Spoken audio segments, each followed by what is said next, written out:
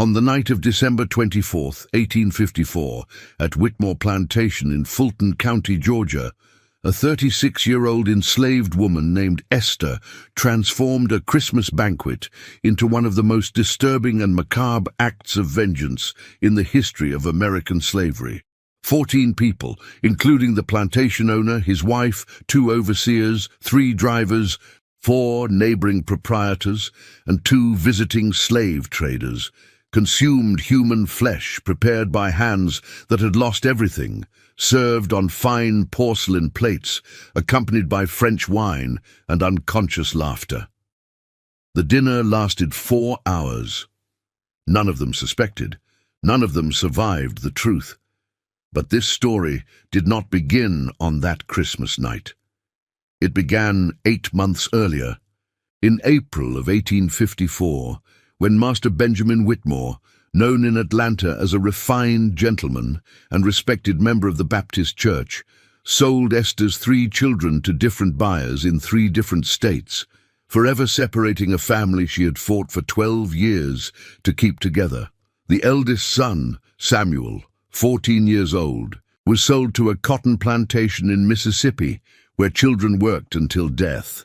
The middle daughter, Grace, 11 years old, was purchased by a brothel in New Orleans, her fate sealed before she even turned 12. The youngest, Thomas, only 7 years old, was sold to a South Carolina slave trader who specialized in export to Cuba, where the life expectancy of an enslaved child in the sugarcane fields rarely exceeded 5 years. Esther begged on her knees. She offered to work without rest for the remainder of her life. She promised to never ask for anything again. Whitmore laughed in her face, spat on the ground at her feet and said, "Negress, you decide nothing. Your children were my property, and property gets sold when the price is right. Be grateful I left you alive to keep cooking." Then he ordered the overseer to give her 50 lashes for insubordination, tied to the whipping post in the courtyard, while the other slaves were forced to watch, so they would learn to accept the will of God and their masters. But Esther did not accept. In that moment, bloodied and shattered on the packed dirt floor, while the April sun burned her open wounds, something inside her died, and something far more dangerous was born. She was head cook of the big house for 16 years. She had unrestricted access to the kitchen, the pantry, the meat cellar, the wine cellars. She knew every eating habit of Master Whitmore, every preference of Mistress Margaret, every allergy of the overseers. She knew when they bought fresh meat, when they slaughtered pigs, when neighboring farms provided lamb. And most importantly, Esther was the daughter of an Igbo healer who had taught her not only about medicinal herbs, but about human anatomy, about meat preservation, about food preparation in ways that white people would never imagine. For 6 months, Esther planned, observed, prepared. She studied every movement on the plantation, every routine of the drivers, every visit from traders and neighboring owners. She waited patiently until Master Whitmore announced, in November, that he would host his traditional Christmas banquet, a pompous celebration where he displayed his wealth, his refined Southern hospitality, and his exceptional Negro cook who prepared the finest dishes in all of Georgia. He had no idea that in that moment he was already serving as the centerpiece on Esther's menu. What followed was a masterpiece of psychological planning, culinary manipulation, and meticulously executed vengeance that would take months to be discovered, and whose horror would echo through the halls of Southern plantations for decades, planting a permanent and visceral fear in every slave master who depended on black cooks to prepare their meals. Whitmore Plantation sat on 840 acres of prime Georgia cotton land, 15 miles southeast of Atlanta, near the Chattahoochee River. The property housed 163 enslaved people, 112 working the cotton fields under brutal conditions, 38 in various craftsman positions, including blacksmithing, carpentry, and textile work, and 13 serving the big house directly. The plantation produced approximately 400 bales of cotton annually, selling at an average price of 11 cents per pound in the Atlanta market, generating substantial wealth for Benjamin Whitmore and his family. The property also maintained extensive vegetable gardens, fruit orchards, hog pens with over 60 animals, cattle pastures, and chicken coops, making it nearly self-sufficient and positioning Whitmore among the wealthier plantation owners in Fulton County. The big house itself was a magnificent two-story Greek Revival structure with 6 massive white columns supporting a wraparound veranda built in 1838 with brick manufactured on-site by enslaved laborers. The interior featured imported Italian marble fireplaces, crystal chandeliers from France, mahogany furniture from the Caribbean, and Persian rugs that cost more than most small farmers earned in a year. The dining room could accommodate 24 guests comfortably, with a table made from a single massive oak tree felled on the property. The kitchen was a separate building connected to the main house by a covered walkway, a common design feature meant to prevent kitchen fires from destroying the main residence and to keep cooking smells away from the refined living spaces.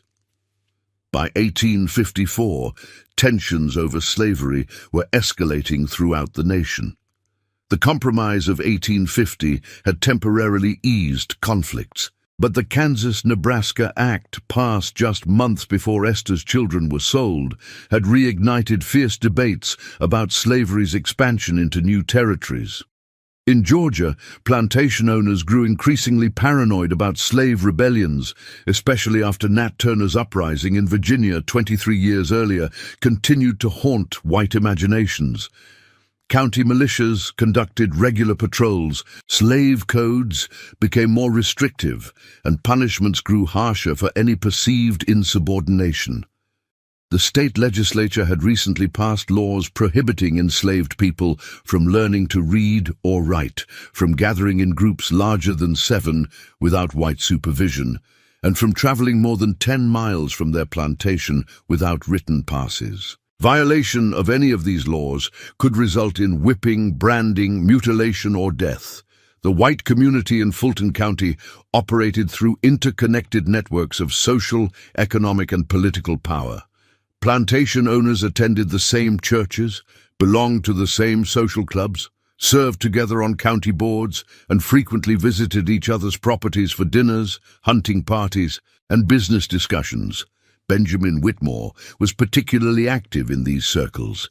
He served as a deacon at First Baptist Church of Atlanta, held a position on the county agricultural board, and hosted quarterly gatherings where fellow plantation owners discussed cotton prices, shared strategies for controlling their enslaved populations, and reinforced their collective ideology that slavery was divinely ordained and economically necessary. The patrol system in Fulton County was extensive and brutal. Groups of white men, usually poor farmers who owned few or no slaves themselves but aspired to join the planter class, rode through the countryside at night searching for enslaved people traveling without passes, holding unauthorized gatherings, or attempting to escape. These patrollers, called paddy rollers by enslaved people, were authorized to stop, question, search, whip, and even kill any black person found off their plantation after dark. They were paid by the county and given legal immunity for their actions. Their presence created an atmosphere of constant surveillance and terror that made resistance extremely dangerous and escape nearly impossible. Esther was born in 1818, not in America, but in what is now southeastern Nigeria, in a village of the Igbo people near the Cross River. Her mother, Adayeze, was a respected healer and midwife who possessed extensive knowledge of medicinal plants, human anatomy, spiritual practices, and the preparation of substances, both healing and harmful.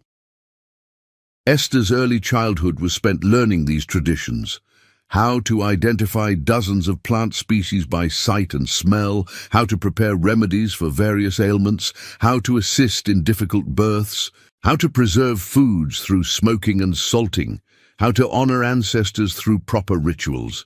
She lived in a world of extended family, communal agriculture, complex social structures, artistic traditions, and deep spiritual connections to land and lineage.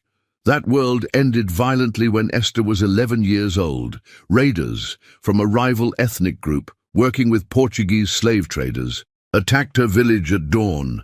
She watched her father killed, trying to defend their home. Her mother was beaten unconscious. Esther and 37 others from her village, including her mother, were chained together at the neck and forced to march 300 miles to the coast. The journey took 6 weeks. 15 people died along the way from exhaustion, dehydration, infected wounds, or despair. Their bodies were left where they fell, still chained to the living. When they reached the coast, they were held in underground dungeons at a Portuguese fort for 2 months, while slavers assembled a full cargo. During this time, Esther's mother, weakened by the march and the beatings, contracted dysentery and died, whispering final words to her daughter in their native language. "Remember who you are. Remember our knowledge. It will keep you alive. Use it when the time comes." The Middle Passage across the Atlantic took 7 weeks. Esther was chained in the hold of a Portuguese slave ship named São Miguel with 412 other captives. The space was so confined that they could not sit upright. They lay in their own waste, breathing air so foul that many simply stopped breathing. 63 people died during the voyage from disease, dehydration, despair, or the brutal beatings administered by the crew. Their bodies were thrown overboard without ceremony. Esther survived by following her mother's final instruction. She remembered. She recited in her mind everything her mother had taught her. She sang their songs silently. She honored the memories of her family. She refused to let her spirit break, even as her body was chained and transported like cargo across an ocean to an unknown hell. The ship arrived in Charleston, South Carolina, in August of 1829. Esther and the surviving captives were processed, washed, oiled to make their skin shine, given minimal clothing, and displayed for sale at the city's slave market. She was 11 years old, spoke no English, understood nothing of the alien world around her, and was listed in the auction catalogue simply as Igbo girl, healthy, approximately 11 years, suitable for household training. She was purchased by a middleman trader for $180 and transported by wagon to Atlanta, which was then a small but growing railroad terminus. There she was sold again, this time to Benjamin Whitmore's father, Nathaniel Whitmore, who was assembling a household staff for his newly constructed plantation. For the next 7 years, Esther worked in the big house, under the supervision of an elderly enslaved woman named Aunt Martha, who had been born in Virginia and had served as head cook for 40 years. Aunt Martha was demanding but not cruel. She taught Esther English, trained her in Southern cooking techniques, explained the intricate rules of white household expectations, and shared survival strategies for navigating the dangerous world of slavery. During these years, Esther absorbed everything, not just cooking techniques, but the psychology of the masters, the vulnerabilities in the system, the ways that enslaved people could retain small measures of power through knowledge and patience.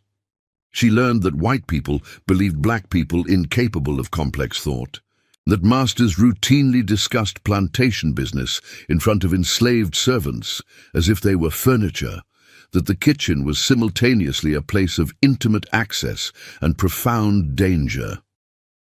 When Esther turned 18, Aunt Martha was dying of consumption. In her final weeks, she took Esther aside and told her, "Child, you got knowledge from your mama across the water, and you got knowledge I taught you here. That's powerful, but power means nothing if you don't know when to use it. Most times you keep your head down, do your work, survive another day. But sometimes there comes a moment when survival ain't enough, when you got to choose between living on your knees or dying on your feet. When that moment comes, You'll know. And when it comes, you use everything you got, everything your mama taught you, everything I taught you, everything you learned watching these white folks. You understand me?" Esther nodded. Aunt Martha died 3 days later. Esther became head cook at age 18. For the next 18 years, Esther perfected her craft. She became known throughout Fulton County as the finest cook in Georgia, capable of preparing elaborate French dishes, traditional Southern meals, delicate pastries, complex sauces, perfectly roasted meats. Master Benjamin Whitmore frequently boasted about his exceptional Negro cook to visitors, occasionally allowing other plantation owners to borrow her services for special occasions. Esther's fried chicken was legendary. Her peach cobbler made grown men weep. Her Christmas ham was discussed in Atlanta society for weeks after each holiday season. She had access to the finest ingredients, the best equipment, detailed cookbooks imported from Europe. She supervised 2 assistant cooks and 3 kitchen helpers. In the strange economy of slavery, her skills made her valuable, which meant she was less likely to be sold, less likely to be whipped for minor infractions, given slightly better clothing and food than field workers. But value is not freedom, and being valuable did not protect what mattered most. In 1842, when Esther was 24, she met Solomon, an enslaved blacksmith who worked on a neighboring plantation owned by a man named Cornelius Jameson. They met at a Sunday church service, one of the few occasions when enslaved people from different plantations could interact under the guise of religious worship. Solomon was 30 years old, born in Virginia, sold south at age 15, trained as a blacksmith by his previous master. He was intelligent, kind, physically strong from years of working hot forges and heavy hammers, and possessed a quiet dignity that had somehow survived 2 decades of bondage. They fell in love. For 2 years, they conducted a courtship that required immense risk and patience. They met on Sundays after church services, speaking in brief, whispered conversations under the watchful eyes of overseers. Solomon obtained a written pass, forged by an enslaved man who had secretly learned to write, despite laws prohibiting literacy, that allowed him to visit Whitmore Plantation twice a month under the pretense of repairing metalwork. These visits gave them precious hours together. They talked about their lives before slavery, Esther's memories of her Igbo village, Solomon's childhood in Virginia. They shared dreams of freedom, of family, of a life where they could be human beings rather than property. They made promises to each other that should have been impossible to keep, but which they swore to honor anyway.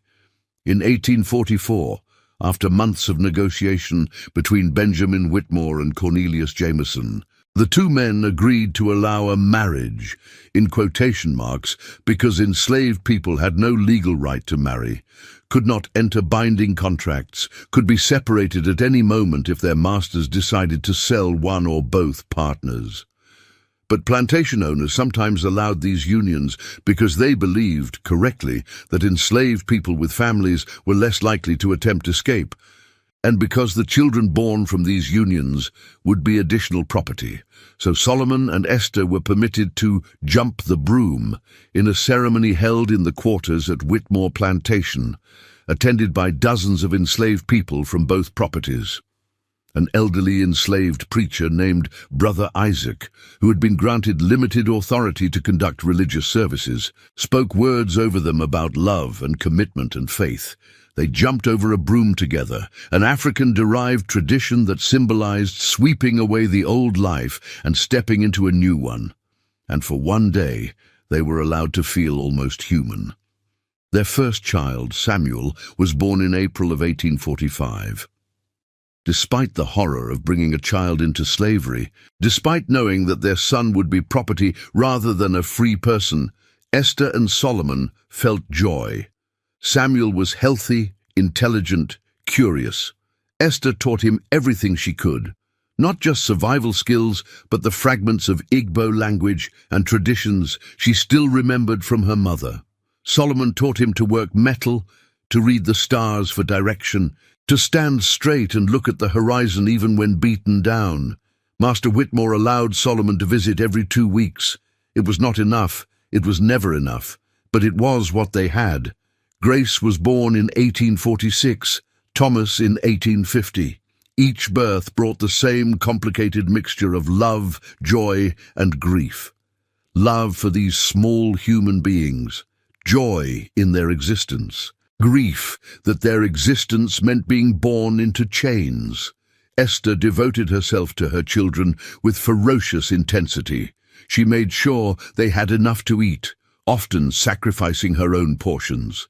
She told them stories every night about their grandmother Adais, about the village across the ocean, about their father's strength. She taught Grace the beginnings of cooking skills, showed Samuel how to identify medicinal plants, sang Thomas the Igbo lullabies her mother had sung to her. She fought to give them childhoods, knowing that childhood for enslaved children was brutally short, that Samuel would be sent to the fields at age 10, that Grace would face horrors Esther could barely speak of, that Thomas would be worked until his small body broke. For 12 years, Esther maintained this impossible balance. She worked 16-hour days in the big house kitchen, cooking elaborate meals for the Whitmore family and their constant stream of guests. She raised her 3 children with Solomon during his twice-monthly visits and the rare occasions when she could bring them to see him at Jameson Plantation.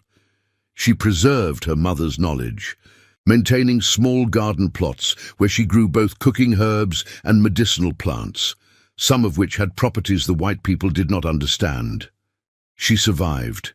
She endured. She told herself that survival was enough, that keeping her family together was the only victory possible in a system designed to destroy black families. She believed that if she could just keep them all alive, keep them together, somehow they would find their way to freedom. She had faith, not in white people's God, but in the ancestors, in the spirits her mother had taught her about, in the possibility of justice that might take generations, but would eventually come. That faith shattered on April 7th, 1854. If you're wondering how a mother survives 12 years protecting her children only to lose them in a single day, you're beginning to understand the calculated cruelty of American slavery. This was not random violence.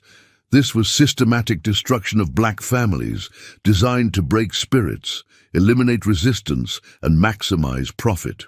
And it happened every single day across the American South. Master Benjamin Whitmore was 48 years old in 1854, a tall man standing 6 feet and 1 inch, with graying brown hair always carefully styled with pomade, piercing blue eyes that missed nothing, a neatly trimmed beard in the fashionable style of wealthy Southern gentlemen, and soft hands that had never performed manual labor. He wore expensive suits imported from Charleston, gold watch chains, custom leather boots. He carried himself with the absolute confidence of a man who had never been told no, never faced consequences, never doubted his right to own other human beings.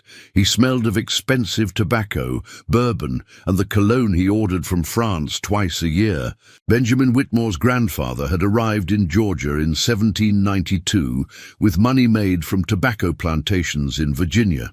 His father, Nathaniel, expanded the family holdings, purchasing the land that would become Whitmore Plantation in 1836.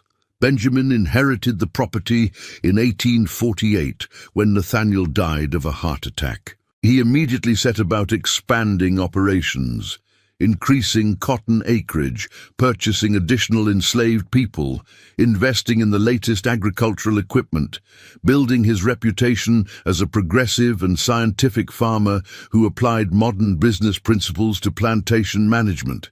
He gave speeches at agricultural meetings about crop rotation, soil conservation, efficient use of slave labor. He wrote articles for Southern agricultural journals. He positioned himself as a leader among Georgia planters, a voice of reason and refinement. But beneath the refined exterior lived a man of casual, everyday brutality. Whitmore believed absolutely in the racial ideologies that justified slavery. that black people were inherently inferior, childlike, incapable of self-governance, requiring the firm guidance of white masters for their own good. He read and believed the pseudo-scientific texts of the era that claimed to prove black intellectual inferiority. He attended church every Sunday and listened to sermons explaining that slavery was ordained by God, that the curse of Ham justified black servitude, that masters who treated their slaves well were fulfilling Christian duty. He saw no contradiction between his professed Christianity and the violence he inflicted. He believed himself a good master because he provided adequate food rations, did not permit sexual violence against enslaved women on his property, though he turned a blind eye to his overseers' behavior, and only used the whip for disciplinary purposes rather than entertainment. By these warped standards, he was indeed better than some masters. But better is not good, and Whitmore's idea of discipline was brutal by any measure. He maintained a whipping post in the courtyard where punishments were administered publicly to set an example. He believed in psychological control as much as physical violence, separating families as punishment, selling children away from parents, destroying any hint of hope or happiness among his enslaved population. He kept meticulous financial records, tracking every expense, every purchase, every sale. To him, enslaved people were capital investments, pieces on a balance sheet, resources to be maximized for profit. In early 1854, Whitmore faced a cash flow problem. Cotton prices had dropped due to increased production across the South. He had borrowed heavily to expand his operations and purchased new equipment. Several large debts were coming due. He needed liquid capital quickly. The fastest way to raise cash was to sell assets, and enslaved people were his most liquid assets. He consulted his financial records, calculating which enslaved people could be sold with minimal disruption to plantation operations. Field workers were out. He needed them for the upcoming planting season. Craftsmen were too valuable. But the children of house servants, they were surplus, not yet productive enough to be missed, old enough to command decent prices, perfect for converting into cash. Esther's children fit his calculations perfectly. Samuel, at 14, was strong enough for field work and could be sold to a Mississippi cotton plantation for $900. Grace, at 11, was approaching the age when she could be sold to certain specialized markets for significantly higher prices. Whitmore brokered a sale to a New Orleans brothel owner for $600, telling himself he was not responsible for what happened to her after the sale was complete. Thomas, at 7, was small but healthy. A South Carolina trader specializing in Cuban export offered $500 for him. Total return, $2,000, more than enough to cover Whitmore's immediate debts and finance his planned expansion of the cotton gin operation. Mistress Margaret Whitmore, Benjamin's wife, was 42 years old, a woman of medium height with dark hair going gray. Pale skin she protected obsessively from the sun, with parasols and wide-brimmed hats and a thin-lipped mouth that rarely smiled. She had been raised in Charleston society, the daughter of a merchant family that made its fortune trading in rice, indigo, and enslaved people. She had been taught from childhood that her role was to manage a proper Christian household, provide children for her husband. She had given him 4 daughters who survived to adulthood and 2 sons who died in infancy, and maintained the social graces expected of a plantation mistress. She supervised the house slaves, planned menus, organized social gatherings, managed household accounts, visited neighbors, and attended church services where she sat in the front pew, reserved for planter families. Margaret was not physically violent herself. She considered direct violence beneath her station, something overseers should handle. But her cruelty was psychological and pervasive. She was obsessed with the idea that enslaved people were constantly stealing from her, plotting against her, laughing at her behind her back. She conducted surprise inspections of the quarters, searching for any item she claimed belonged to the big house. She listened at doors, trying to overhear conversations. She demanded absolute deference. Enslaved people had to look down when speaking to her, refer to her as Mistress Margaret, move out of her way immediately when she passed. Any perceived slight resulted in punishment, usually administered by the overseer based on her complaints. She was particularly harsh toward enslaved women she considered attractive, viewing them as threats to her marriage. She found reasons to have them reassigned to field work, sold away, or punished for imagined infractions. She took particular interest in the children of enslaved women, monitoring them constantly, restricting their movements, ensuring they never forgot their place. When Benjamin informed her of his decision to sell Esther's children, Margaret expressed neither concern nor objection. "Those Negro children eat our food and contribute nothing," she said. "It's only prudent business. Besides, that Esther has been getting above herself lately. She needs to remember who she belongs to. Selling her children will teach her proper humility." The overseer of Whitmore Plantation was a man named Caleb Morrison, age 36, originally from North Carolina. Standing 5 feet 10 inches tall with a muscular build from years of physical work, reddish-brown hair, a thick beard, scarred hands, and cold grey eyes that rarely showed emotion.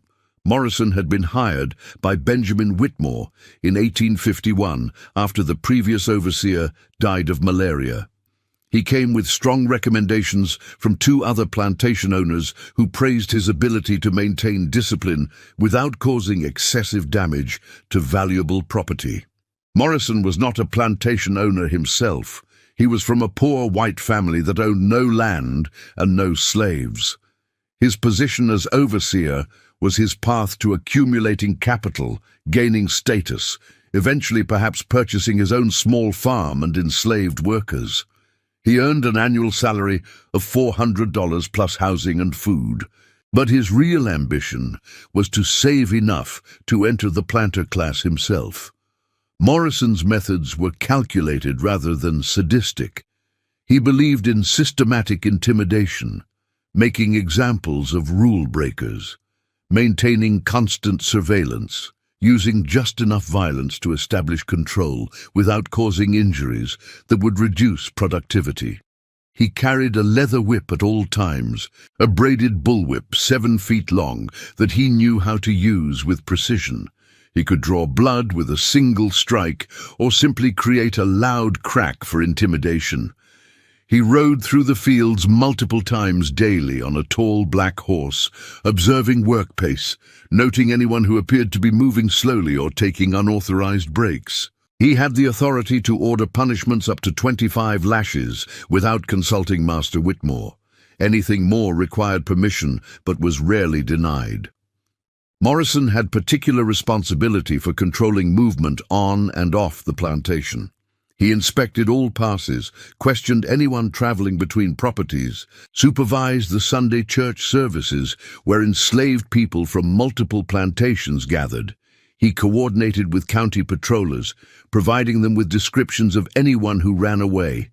He maintained detailed records of each enslaved person's location, work assignment, and behavior. To him, plantation management was a science requiring careful observation, consistent enforcement, and absolute authority.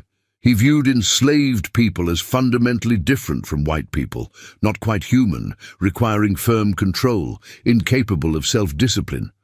He felt no personal animosity toward them, but he felt no compassion either. They were work animals to be managed, and he was good at his job. The plantation also employed 3 drivers, enslaved men promoted to positions of limited authority over other slaves. The head driver was a man named Marcus, age 42, who had been born on the plantation and had served in this role for 8 years. Drivers occupied a complicated position in the plantation hierarchy. They were still enslaved, still property, still subject to violence from white overseers and masters. But they had slightly more privileges: better food rations, separate housing, exemption from fieldwork, small payments in cash or goods.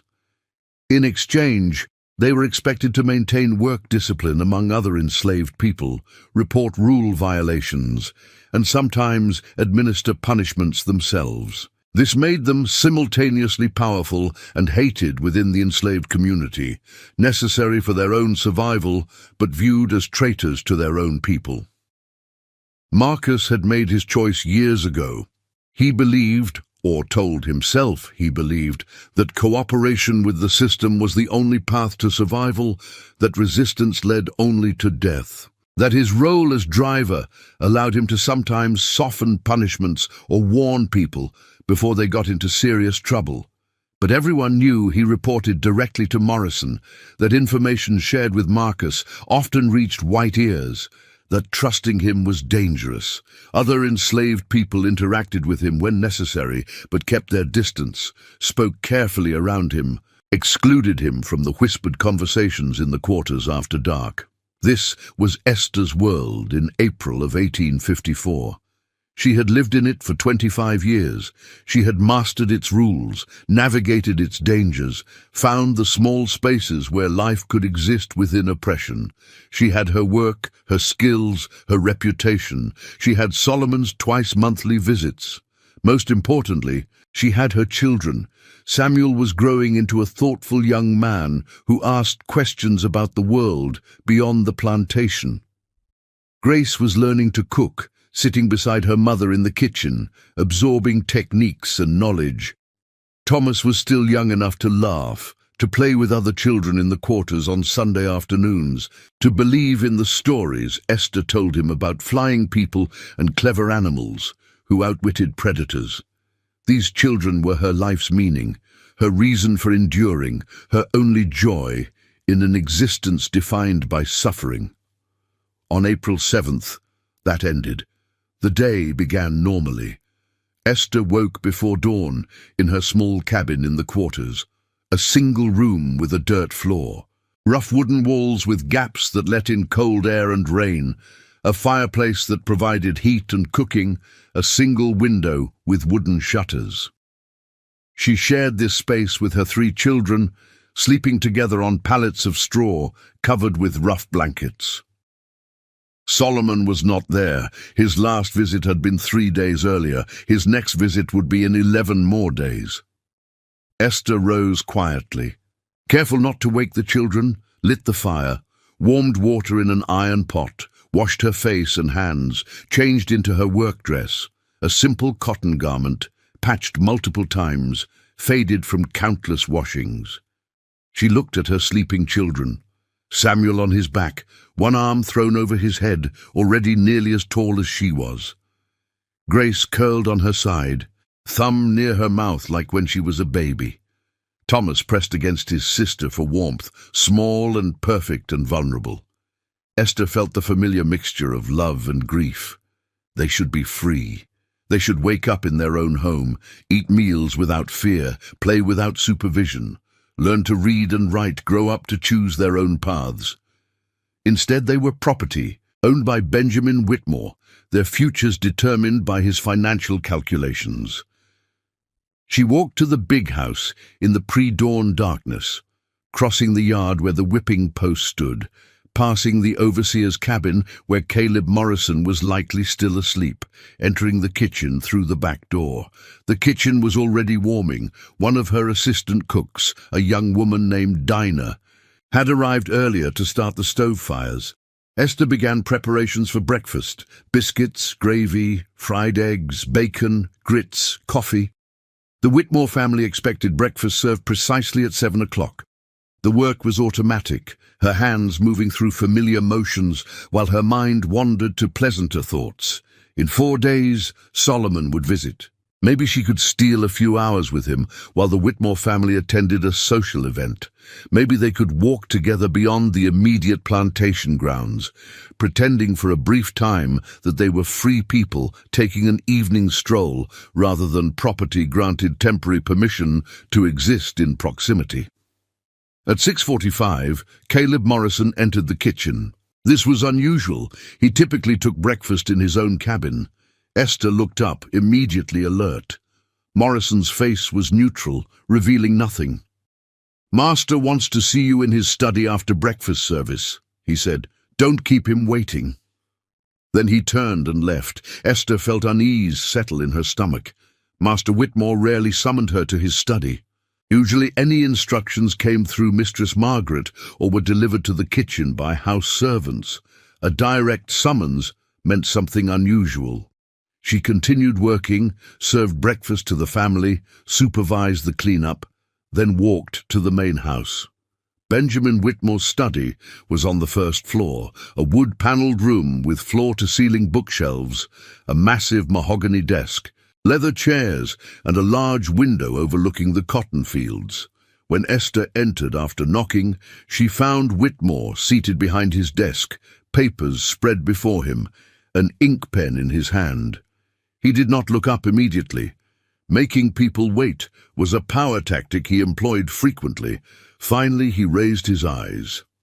"Esther," he said conversationally, "your cooking continues to be excellent. My guests this week commented favorably on the ham."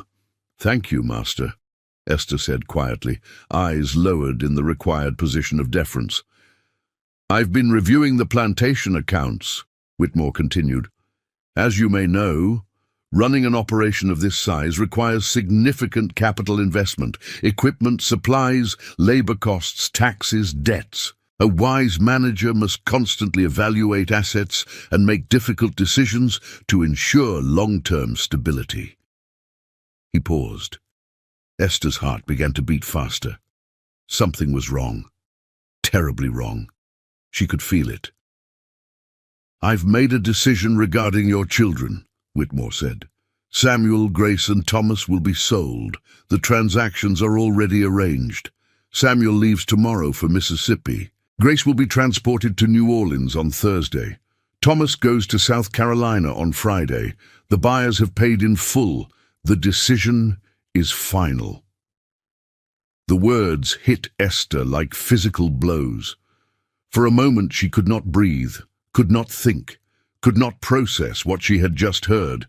Sold, all three, different states. Gone. "Master," she said, and her voice came out as a whisper. "Please." "Master, please don't do this. They're children. They belong here with me. I work hard. I never complain. I do anything you want. Please, please don't take my children." Her voice rose despite her efforts to control it. She was begging now, violating every rule of plantation conduct, but she did not care. "Master, please, I'm begging you. Take me instead. Sell me. Whip me. I'll work double. I'll never ask for nothing again. Just don't take my children. Please, Master, please, have mercy. For the love of God, have mercy on me." Whitmore's expression did not change. "Your children are my property, Esther. I can dispose of my property as I see fit. You should be grateful. Many masters sell mothers away from their children. I'm allowing you to remain here. You'll continue your work in the kitchen. You'll have time to adjust to this change. You will not make a scene. You will not try to interfere with the transactions. If you do, I'll have Morrison give you 100 lashes and sell you south, where conditions are far worse than what you experience here. Do I make myself clear?" Esther's legs gave out. She collapsed to her knees, hands clasped in front of her, tears streaming down her face.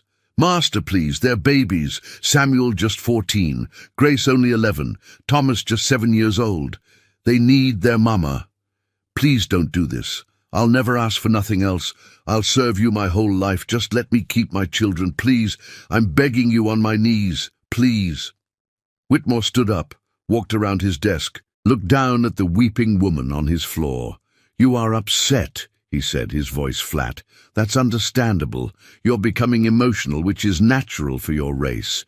But you need to accept God's will and your master's decision. Your children will be fine. They'll have new homes, new work, new opportunities to serve their new masters. This is how the world works, Esther. Now get up, go back to your work, and do not speak of this matter again." Esther remained on her knees, her body shaking with sobs. Please, she whispered one more time. Please. Whitmore's face hardened. He walked to his desk, picked up a small bell, rang it.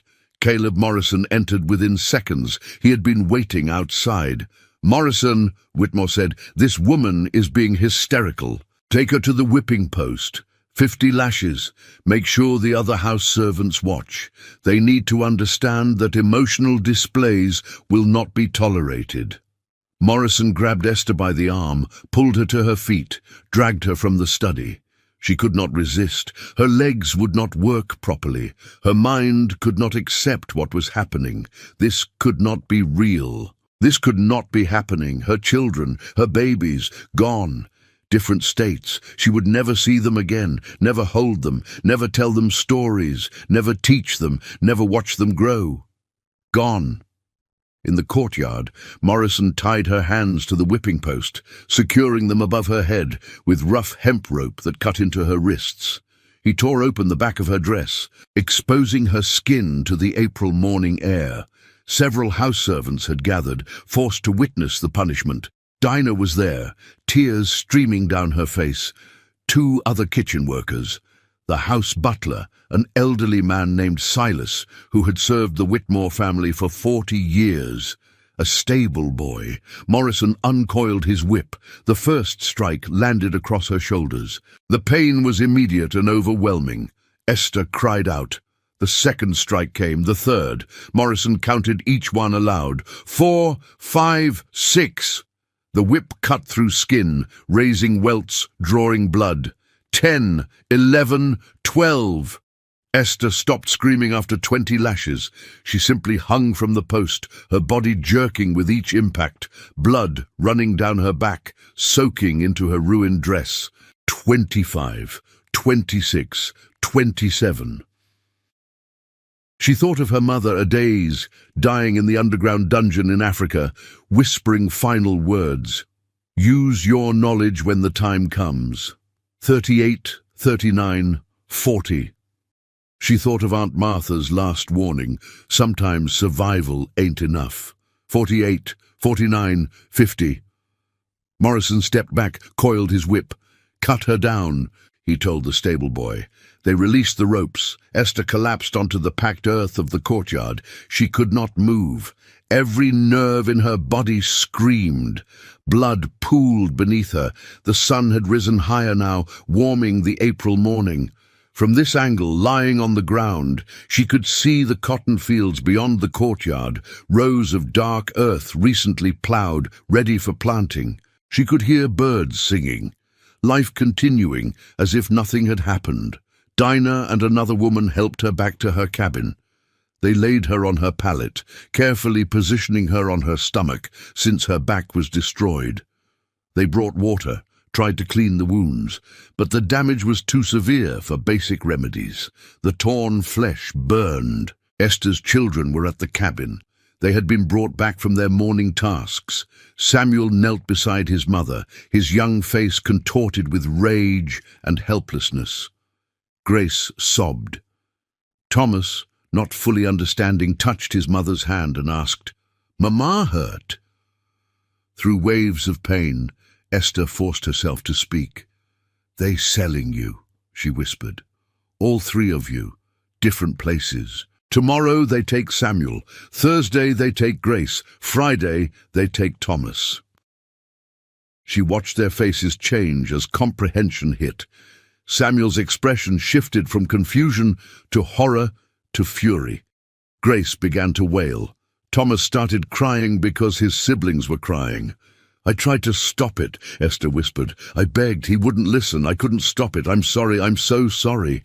I couldn't protect you. I couldn't save you." Her voice broke. "I'm sorry."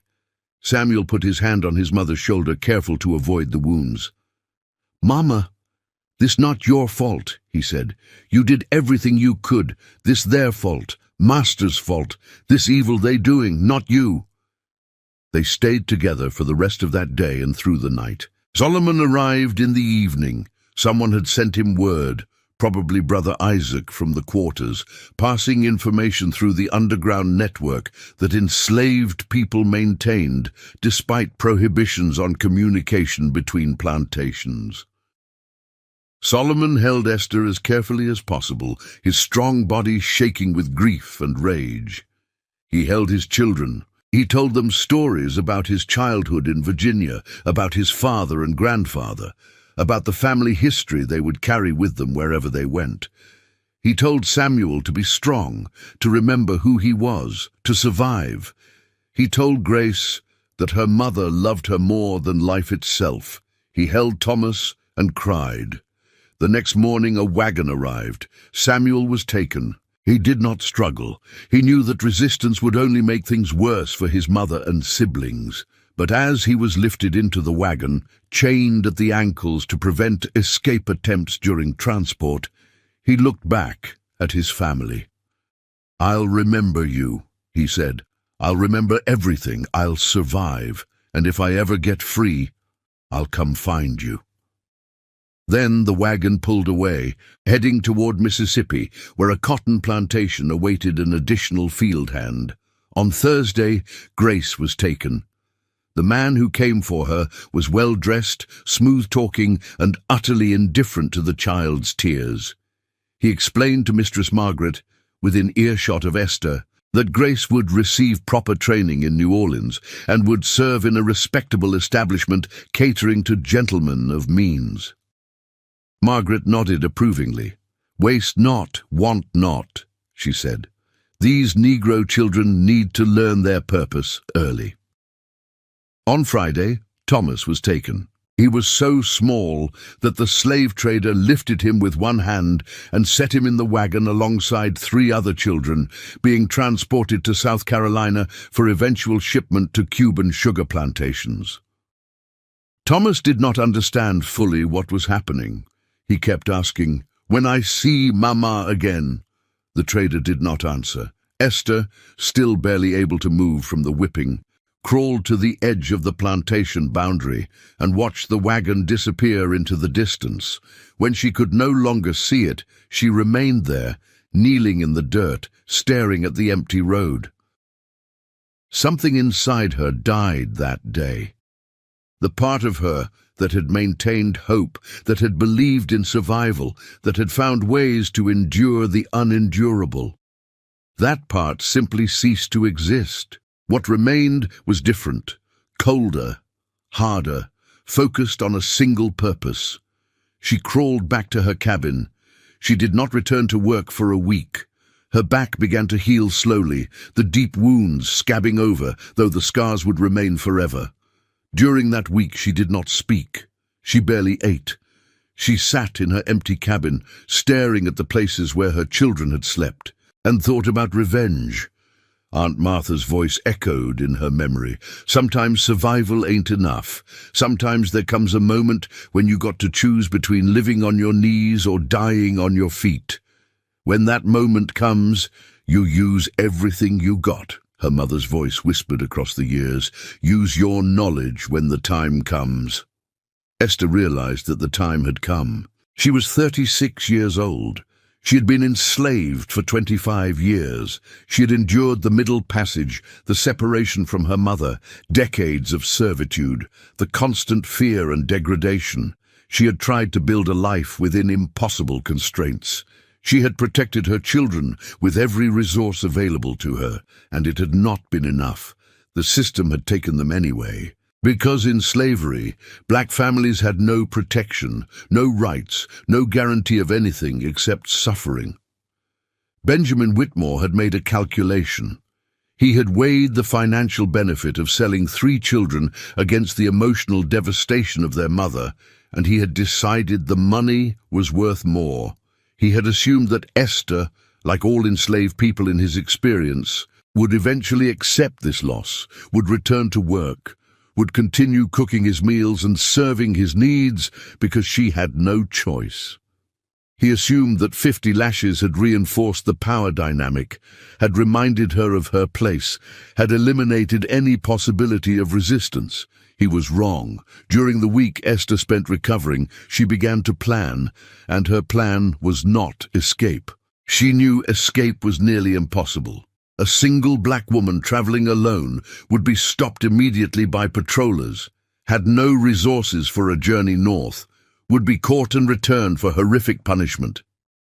Escape meant leaving behind Solomon and the few people she cared about in the quarters.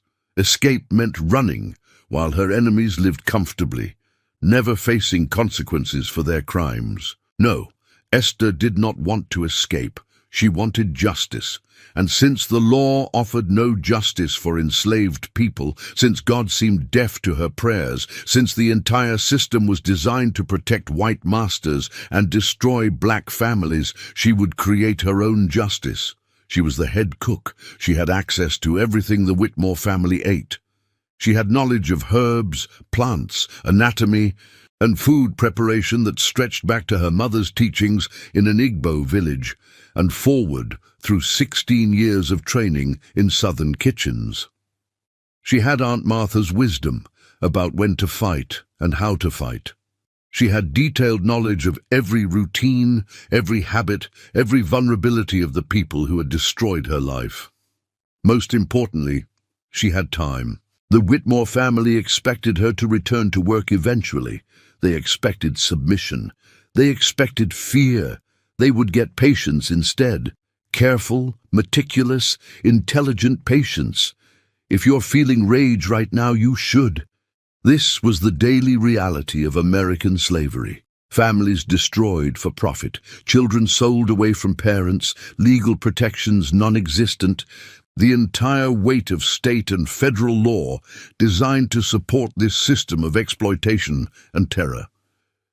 Esther's story was not unusual. Thousands of enslaved families were separated exactly this way, every single day, for 246 years. This is the history that made America wealthy. This is the truth that textbooks minimize. This is the foundation upon which American capitalism was built.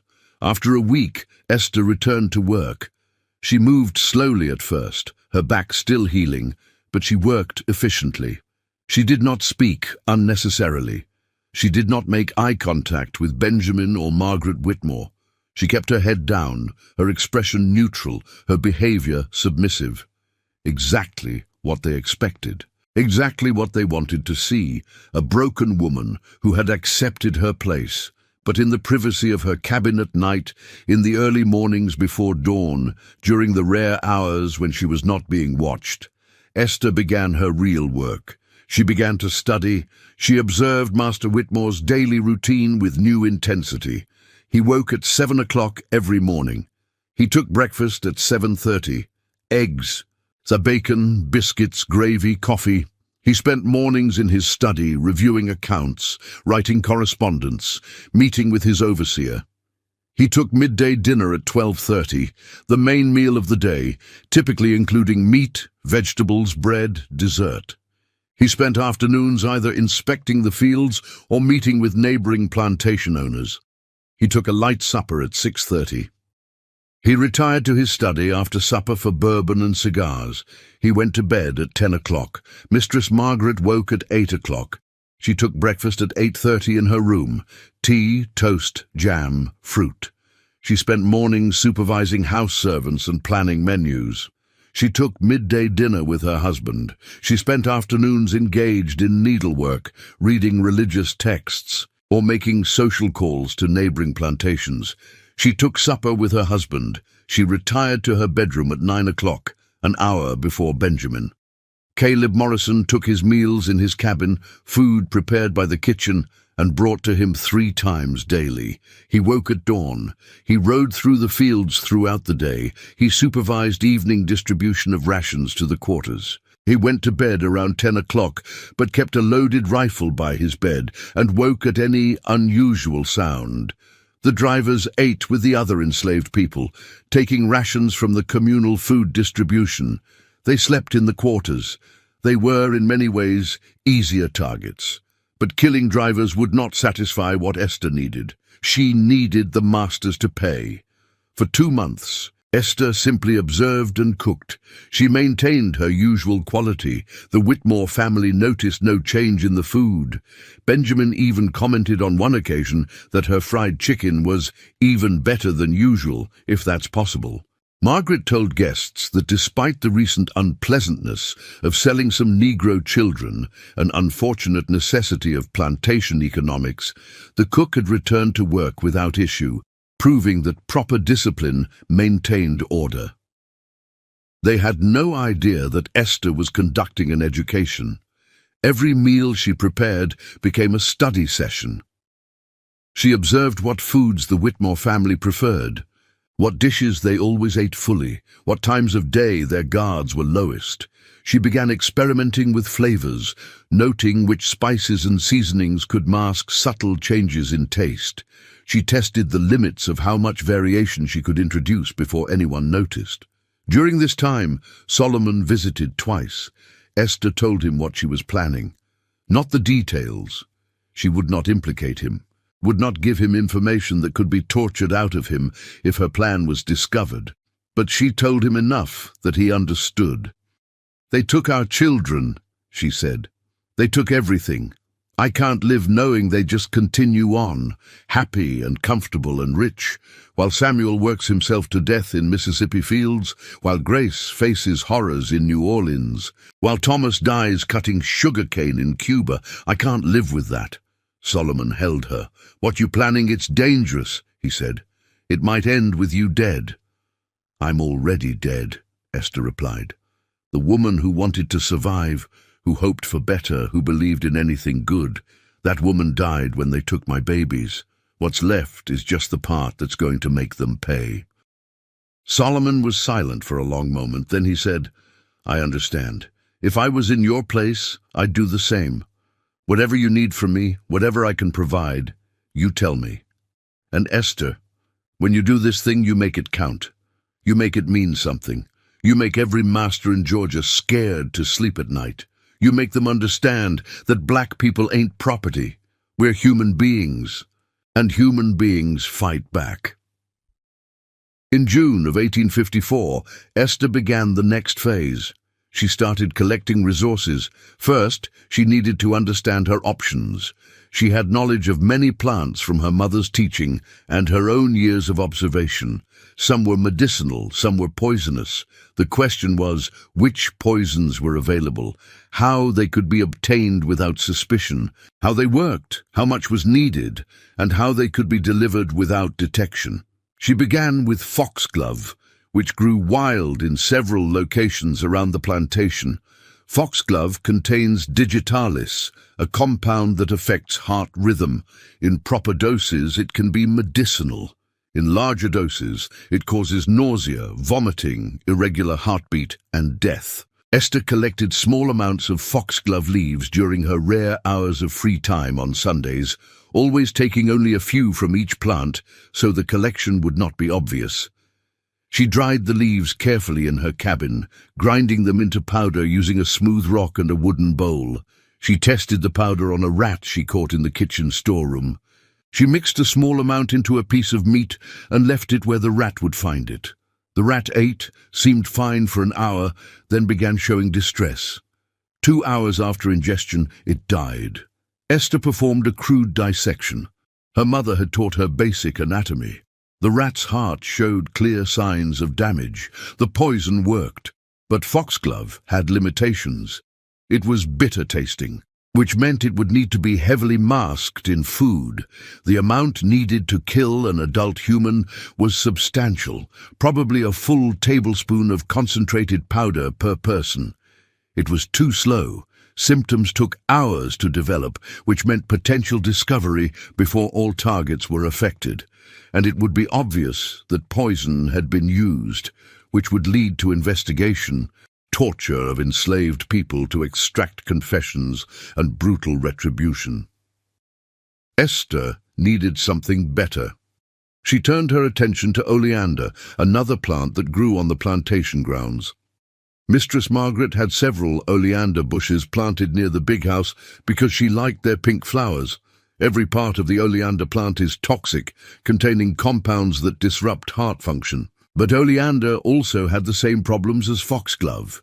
Bitter taste, substantial amount needed, slow action, obvious poisoning. For 2 months, Esther conducted quiet research. She tested various plants on rats, observing onset times, symptoms, effectiveness of different doses. She experimented with mixing poisons to see if combinations were more effective.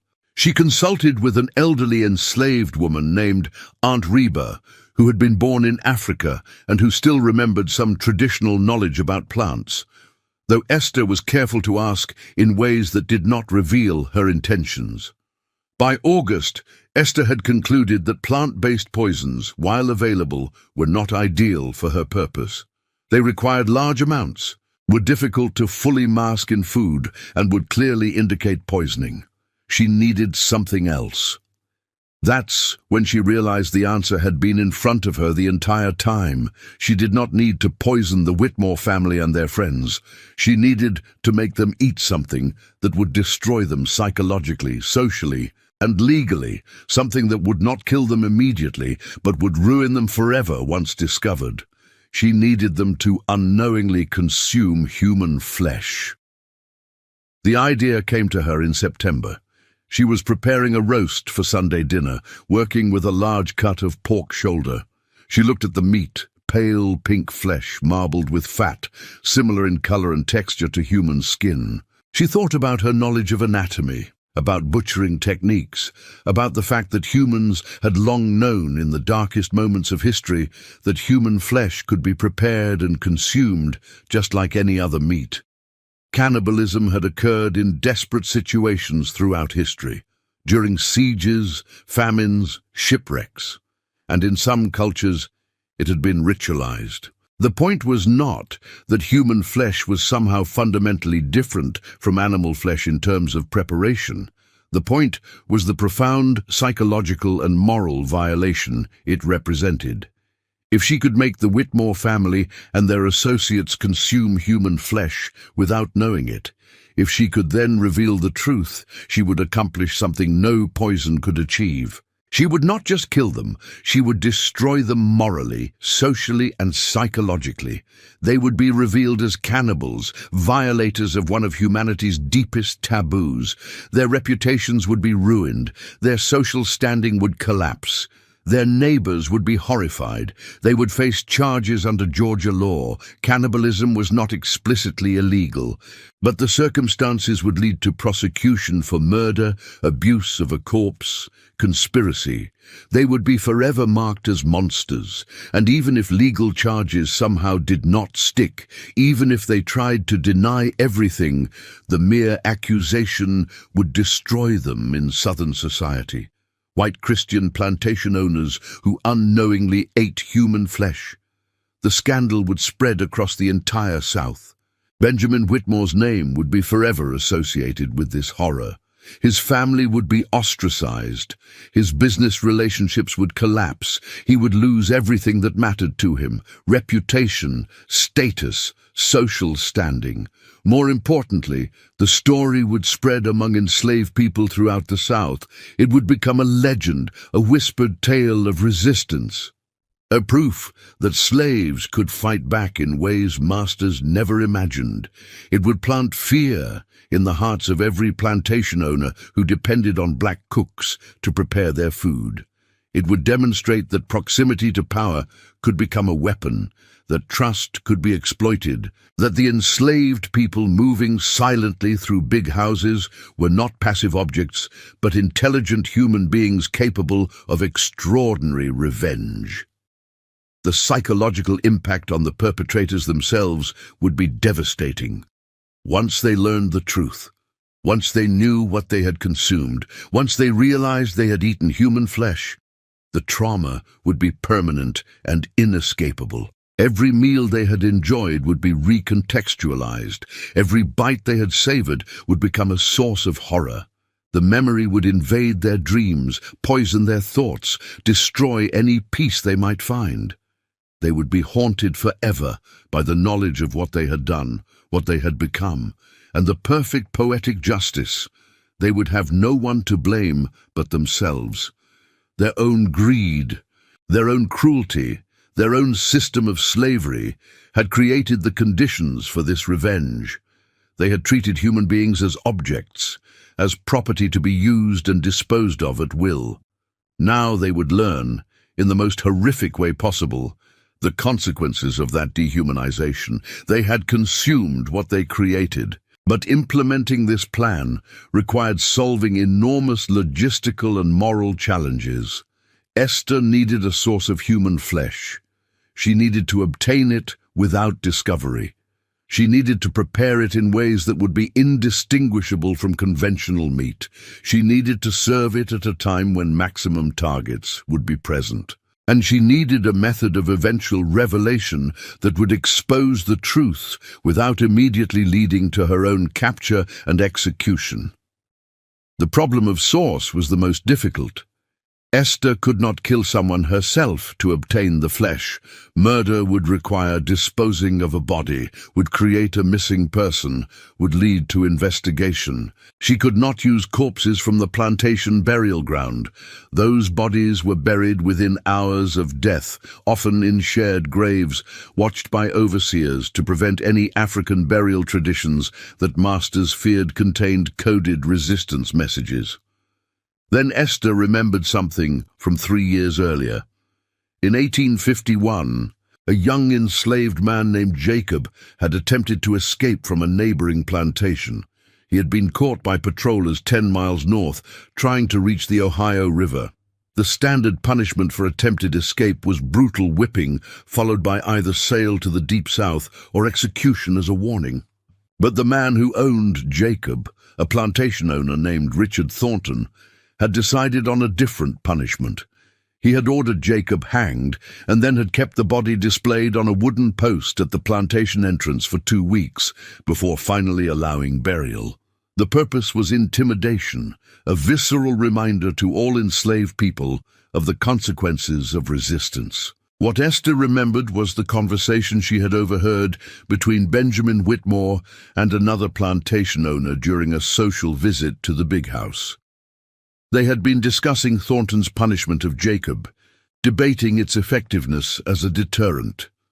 One man had commented that displaying bodies for extended periods was unsanitary and attracted animals, which created health risks. But another had argued that the psychological impact justified the temporary unpleasantness, and then someone had mentioned that Thornton had not even buried the body after 2 weeks. He had simply had his overseer drag it into the woods beyond the plantation boundary and leave it there for scavengers. "Saves the trouble of digging a grave," the man had said. Others had laughed. This conversation had stayed with Esther because it revealed something important. There were bodies of executed or brutalized enslaved people that were sometimes disposed of carelessly, left in locations where recovery might be possible for someone who knew where to look and was willing to take the risk. Over the next 2 months, Esther made careful inquiries through the underground network of communication between plantations. She asked questions in ways that would not reveal her intentions, mentioning in conversation with other enslaved people during Sunday church services that she had heard stories about masters leaving bodies unburied, wondering if anyone knew of recent cases. The information came back slowly, passed through several people, but eventually Esther learned of 2 situations. First, a 50-year-old enslaved man named Josiah, who had died from infection after a brutal whipping on a plantation 30 miles south, had been left in a shallow grave near the edge of the property because the ground was too hard to dig properly, and the overseer did not want to spend the time or labor on proper burial. Second, an enslaved woman named Ruth, who had died during childbirth on a plantation 20 miles east. Her body and the stillborn infant had been buried in an unmarked grave in woods beyond the plantation cemetery because the master considered the death shameful and did not want it commemorated. Both of these graves were on plantation property, which meant accessing them would be extremely dangerous. But Esther had an advantage. She was trusted. After 16 years of exemplary service, she had privileges that most enslaved people did not. She could request permission to visit other plantations for legitimate reasons, to consult with another plantation's cook about a complex recipe, to attend a church service at a different location, to help prepare food for a large social gathering hosted by a neighboring owner. These requests had been granted multiple times in the past. They would be granted again. In October of 1854, Esther requested permission from Benjamin Whitmore to visit the plantation where Josiah had been buried. She explained that she had heard they had an exceptional cook who had developed a new technique for preparing ham, and she wanted to learn this technique to improve the Christmas feast she would prepare for the Whitmore family in December. Whitmore, pleased with the idea of an even more impressive Christmas dinner, gave permission. Mistress Margaret wrote a pass, a piece of paper, stating that Esther had permission to travel to the specified plantation and return within 2 days. Esther made the journey on foot, walking 30 miles over 2 days. She arrived at the plantation, met with the cook, a conversation that was genuine, as Esther actually did want to learn new techniques, and in the evening asked if she could take a walk in the woods to gather certain herbs she needed for her own kitchen.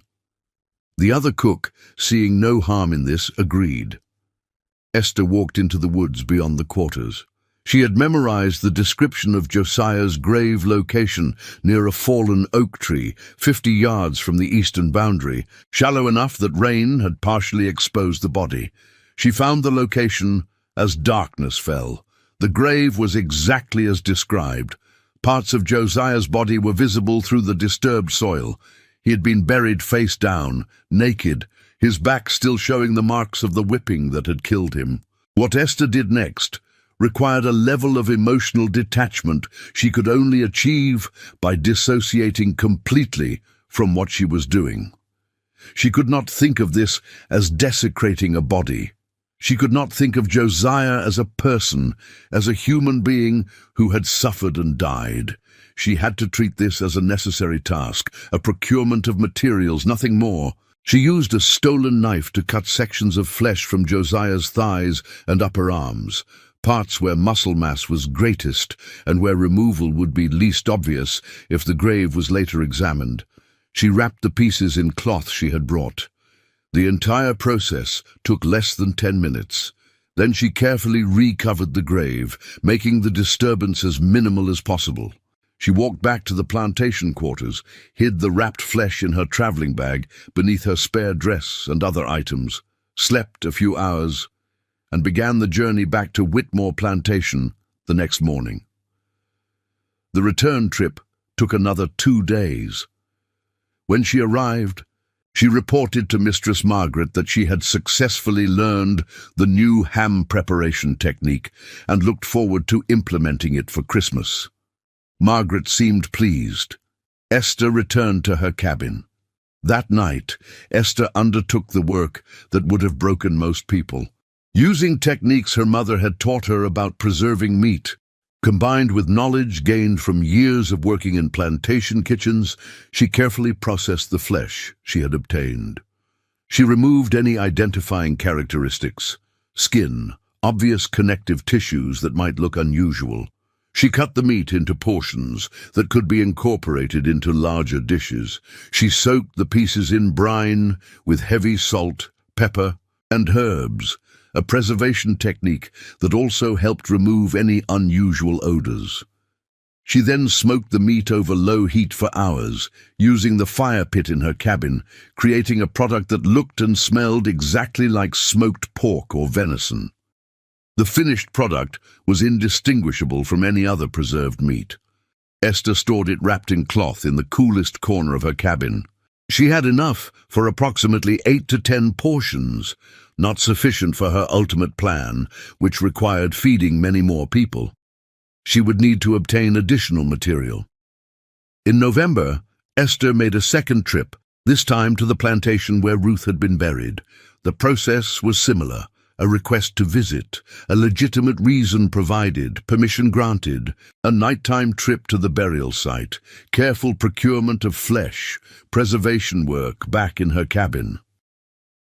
By mid-November, Esther had accumulated what she estimated was enough material to prepare dishes for approximately 20 people, assuming moderate portion sizes mixed with conventional meats to extend the quantity. The psychological toll of this work was immense. Esther had nightmares. She woke sweating, reliving the moments in those woods, seeing the faces of the dead. She performed ritual prayers in her cabin, asking forgiveness from the ancestors, explaining her purpose. She told herself that Josiah and Ruth were beyond suffering now, that their bodies were only vessels, that she was using their remains to strike back at the system that had killed them. She told herself this was justice, not desecration, but doubt haunted her. Was she doing something monstrous? Had the master's cruelty transformed her into something inhuman? Had she crossed a line that could never be uncrossed? She thought of her children. Samuel in Mississippi, Grace in New Orleans, Thomas in Cuba, all suffering, all beyond her reach, all stolen from her by Benjamin Whitmore's casual economic calculation. The doubt faded. Whatever she had become, the masters had made her, and they would pay.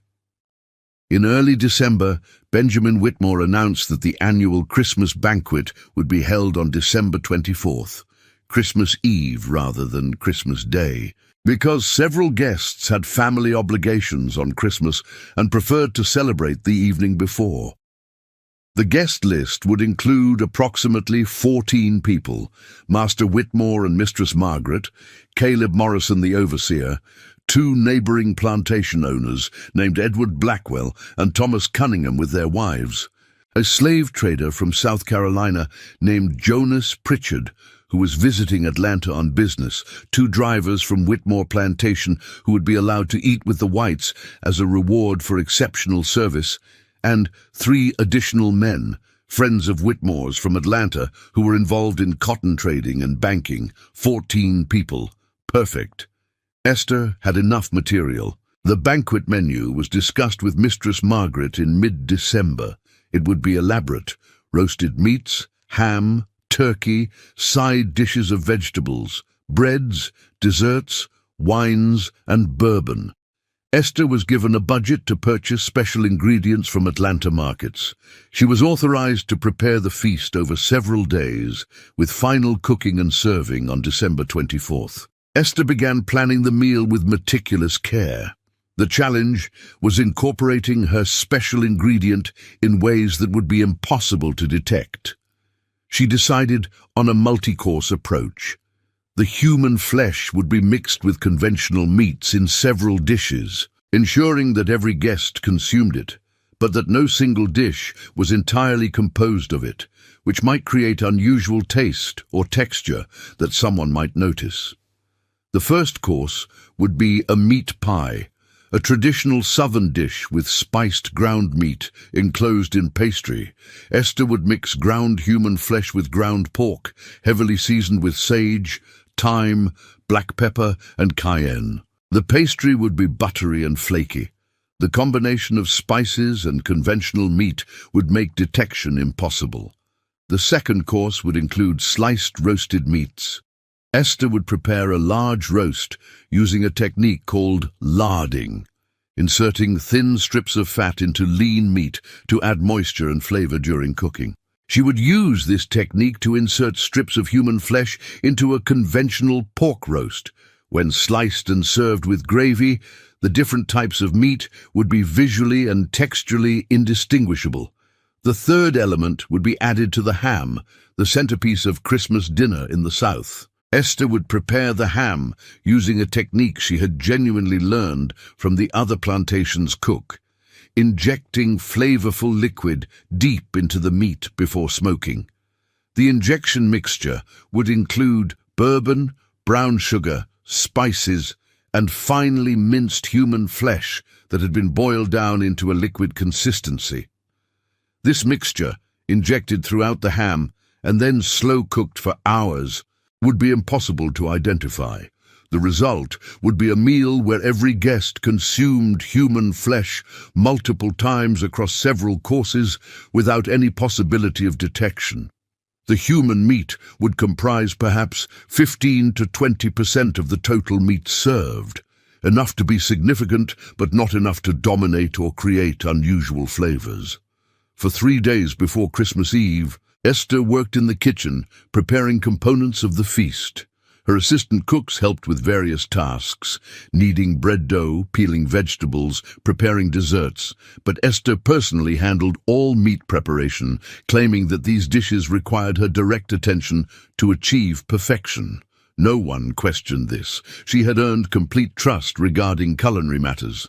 On December 23rd, Esther worked through the night. She ground meats, mixed seasonings, prepared the injection mixture for the ham, assembled the meat pies. She worked with total focus, her hands moving through familiar motions, her mind clear and cold. She thought of Samuel, she thought of Grace, she thought of Thomas, she thought of her mother Adaise dying in a dungeon far from home. She thought of every enslaved person who had suffered under these monsters.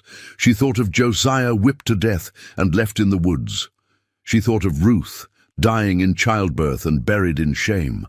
She thought, this is for all of us. This is justice. On December 24th, the guests began arriving in the afternoon. Carriages pulled up to the big house, bringing plantation owners and their wives dressed in expensive gowns and suits. Jonas Pritchard, the slave trader, arrived on horseback, a large man with a red face and gold watch chain. The Atlanta friends arrived together, laughing and smoking cigars. By 5 o'clock, all 14 guests had assembled in the main parlor for pre-dinner drinks.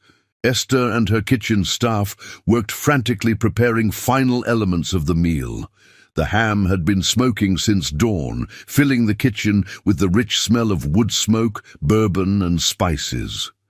The meat pies were in the oven, their pastry turning golden brown. Roasted vegetables were being prepared, breads were being sliced, desserts waited on cooling racks. At 6 o'clock, the dinner began. The guests moved to the dining room, where the massive oak table had been set with the finest china, crystal, and silver. Candles provided warm light. A fire crackled in the marble fireplace.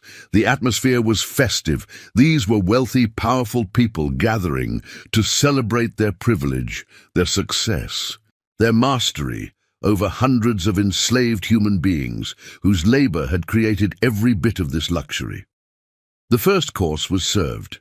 The meat pies, steaming and aromatic, accompanied by a light salad and bread. The guests exclaimed over the quality.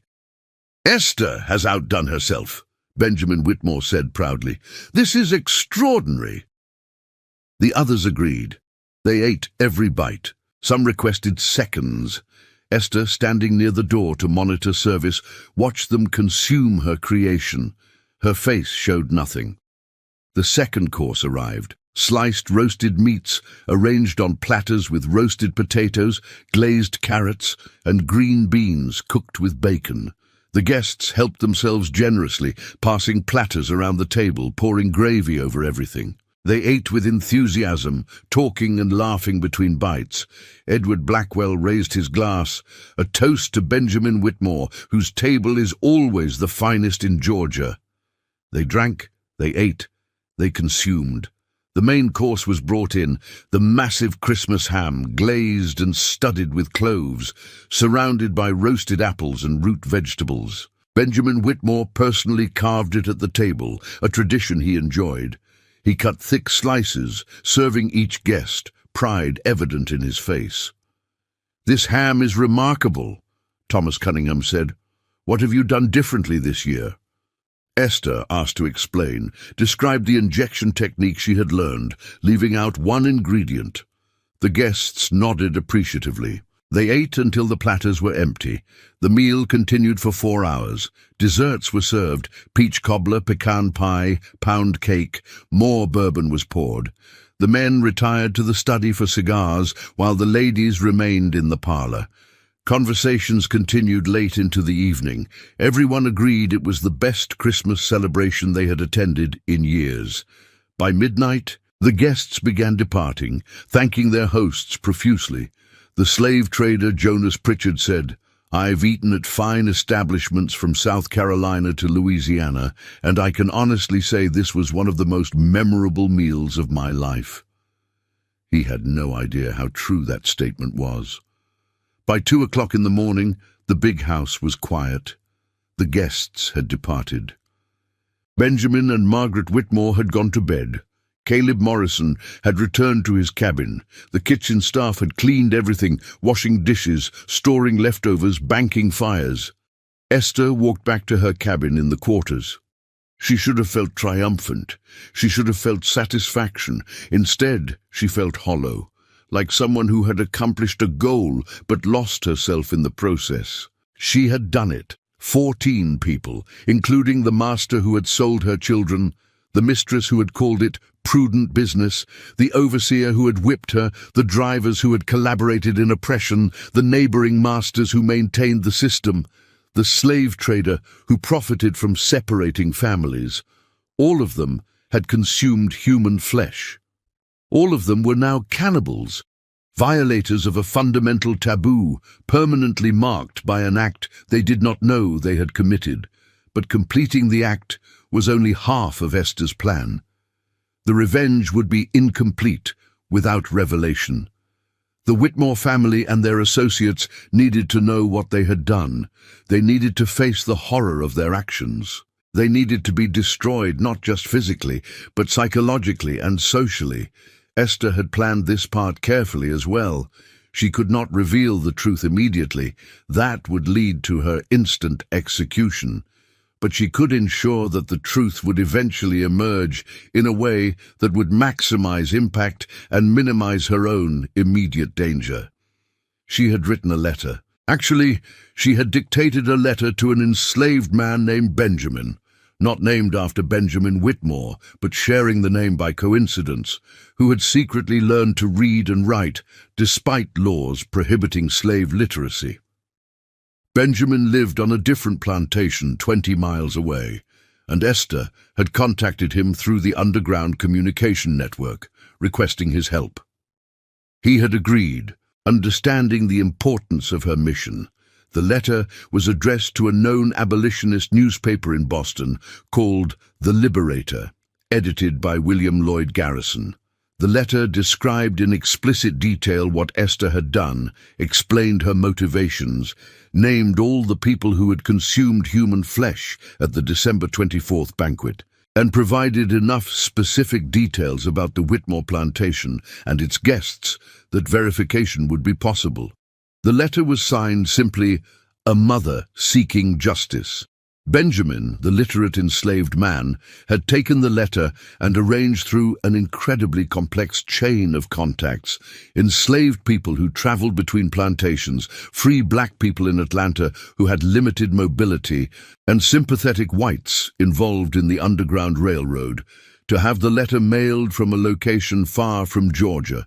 It would take months for the letter to reach Boston, but once it did, the Liberator would publish it. The story would spread throughout the abolitionist press in the North. Eventually, it would reach Southern newspapers, who would have to report on the scandal. The revelation would destroy everyone involved, but Esther also created a more immediate mechanism for discovery. She kept samples of the prepared human flesh, small pieces she had not incorporated into the Christmas feast, stored in a sealed jar hidden in her cabin. She had also written a second document, a confession of sorts, explaining everything she had done, which she hid beneath a loose floorboard. If she was ever captured or killed for any reason, other enslaved people knew to search her cabin and find these items. The physical evidence and written confession could be delivered to authorities, creating an immediate scandal. This ensured that even if Esther died, the truth would still emerge. The days after Christmas were tense. Esther returned to her normal work routine, cooking daily meals for the Whitmore family, serving them as she always had, maintaining perfect submission. Benjamin and Margaret Whitmore seemed entirely normal. They had noticed nothing unusual about the Christmas feast. had no idea what they had consumed, continued their daily routines without concern. But Esther noticed changes in herself. She had trouble sleeping. When she did sleep, she dreamed of the woods, of the graves, of Josiah and Ruth and her own children blended together in nightmares that left her gasping. She found herself dissociating during work, her hands moving through cooking tasks while her mind was elsewhere. She had conversations with people, but later could not remember what was said. She was experiencing what we would now call trauma, the psychological cost of what she had done, the weight of crossing moral boundaries, the stress of living with a secret that could lead to her execution if discovered. 3 weeks after Christmas, in mid-January of 1855, something happened that Esther had not anticipated. Caleb Morrison fell seriously ill. He developed a high fever, severe vomiting and delirium. The plantation's overseer was incapacitated for a week. A doctor was called from Atlanta. The doctor examined Morrison, asked questions about recent diet and activities, and eventually diagnosed him with gastric fever, a broad term used in that era for various digestive system illnesses. Morrison slowly recovered over 2 weeks. Esther felt a moment of panic when Morrison fell ill. Had she made a mistake? Was there something in the meat that had caused disease? Would this lead to investigation? But as Morrison recovered and no one else showed symptoms, she realized it had been coincidental. Morrison had likely contracted some unrelated illness that had nothing to do with the Christmas feast. Still, the scare reminded her that she was constantly walking on the edge of discovery. In late January, another complication emerged. Margaret Whitmore announced that she was pregnant. This was surprising. She was 42 years old, had given birth 6 times previously, and everyone assumed her childbearing years were over, but the doctor confirmed it. Mistress Margaret was expecting a child in late summer. This pregnancy complicated Esther's emotional landscape in ways she had not expected. She found herself thinking, "This child will be born into wealth and privilege, will grow up free, will never face the horrors that Samuel, Grace, and Thomas are experiencing. This child's mother consumed human flesh while pregnant. This child is being nourished by meat that included the flesh of Josiah and Ruth. The symbolic weight was overwhelming. The system of slavery was literally consuming black bodies to sustain white comfort and white lineage. The cannibalism she had orchestrated was simply making literal and visible what had always been true metaphorically. White Southern wealth was built on consuming black lives, black labor, black suffering. Every comfortable white child in the South was nourished by violence against black children. February brought new tensions. A neighboring plantation experienced a slave rebellion. 3 enslaved men killed their overseer with farm tools and attempted to flee north. They were captured within 2 days by patrollers. The men were tortured for information about whether other enslaved people had been involved in planning. Under extreme torture, one man confessed, likely falsely, that there had been a broader conspiracy involving enslaved people from multiple plantations. This confession led to a wave of paranoia across Fulton County. Militia patrols increased. Restrictions on slave movement became even more severe. Multiple enslaved people from various plantations were arrested and interrogated. 2 were hanged publicly as examples. During this period of heightened surveillance and paranoia, Esther lived in constant fear. Any unusual behavior could trigger suspicion. Any connection to the men who had killed the overseer, however distant, could lead to interrogation. She maintained perfect submission, perfect obedience, worked harder than ever to demonstrate her loyalty to the Whitmore family. In March, Esther received devastating news through the underground communication network. Samuel was dead. He had died in Mississippi from a combination of exhaustion, malnutrition, and infected wounds. He was 15 years old. He had survived less than a year in the cotton fields.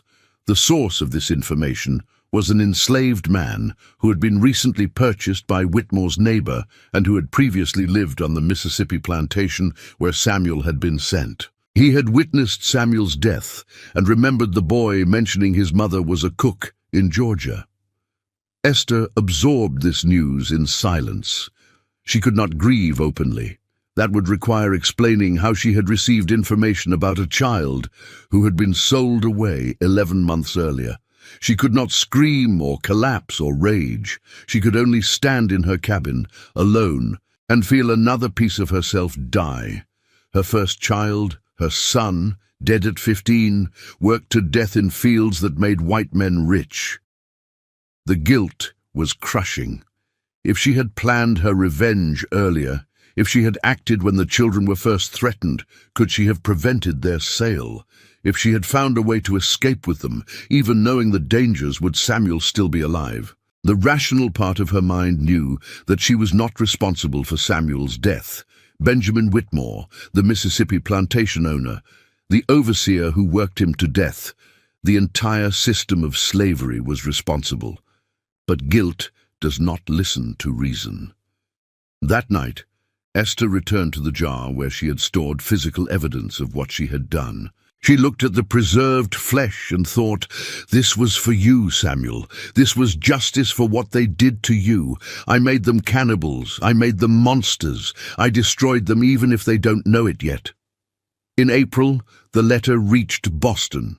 The Liberator published it on April 15, 1855, under the headline, "Horrific Acts of Vengeance in Georgia. Enslaved cook claims to have served human flesh to masters at Christmas feast." The article included the full text of Esther's letter, the names of all the people who had attended the banquet, and an editorial from William Lloyd Garrison discussing the letter's authenticity and significance. Garrison wrote, "We cannot independently verify the claims made in this letter, but we know the institutions of slavery creates conditions where such acts become inevitable. When human beings are treated as property, when families are destroyed for profit, when all legal recourse is denied to the oppressed, we should not be surprised when the oppressed respond with desperate acts of resistance. The horror described in this letter, if true, is not primarily the responsibility of the enslaved woman who committed it, but of the system that created the conditions that drove her to such extremity. If white Americans are shocked by this story, they should direct their shock not at the actor, but at the institution of slavery itself, which has created a society where such horrors are possible. The letter and article created an immediate sensation in the Northern press. Other abolitionist newspapers reprinted it. Political speeches referenced it. Anti-slavery activists used it as evidence of slavery's corrupting influence.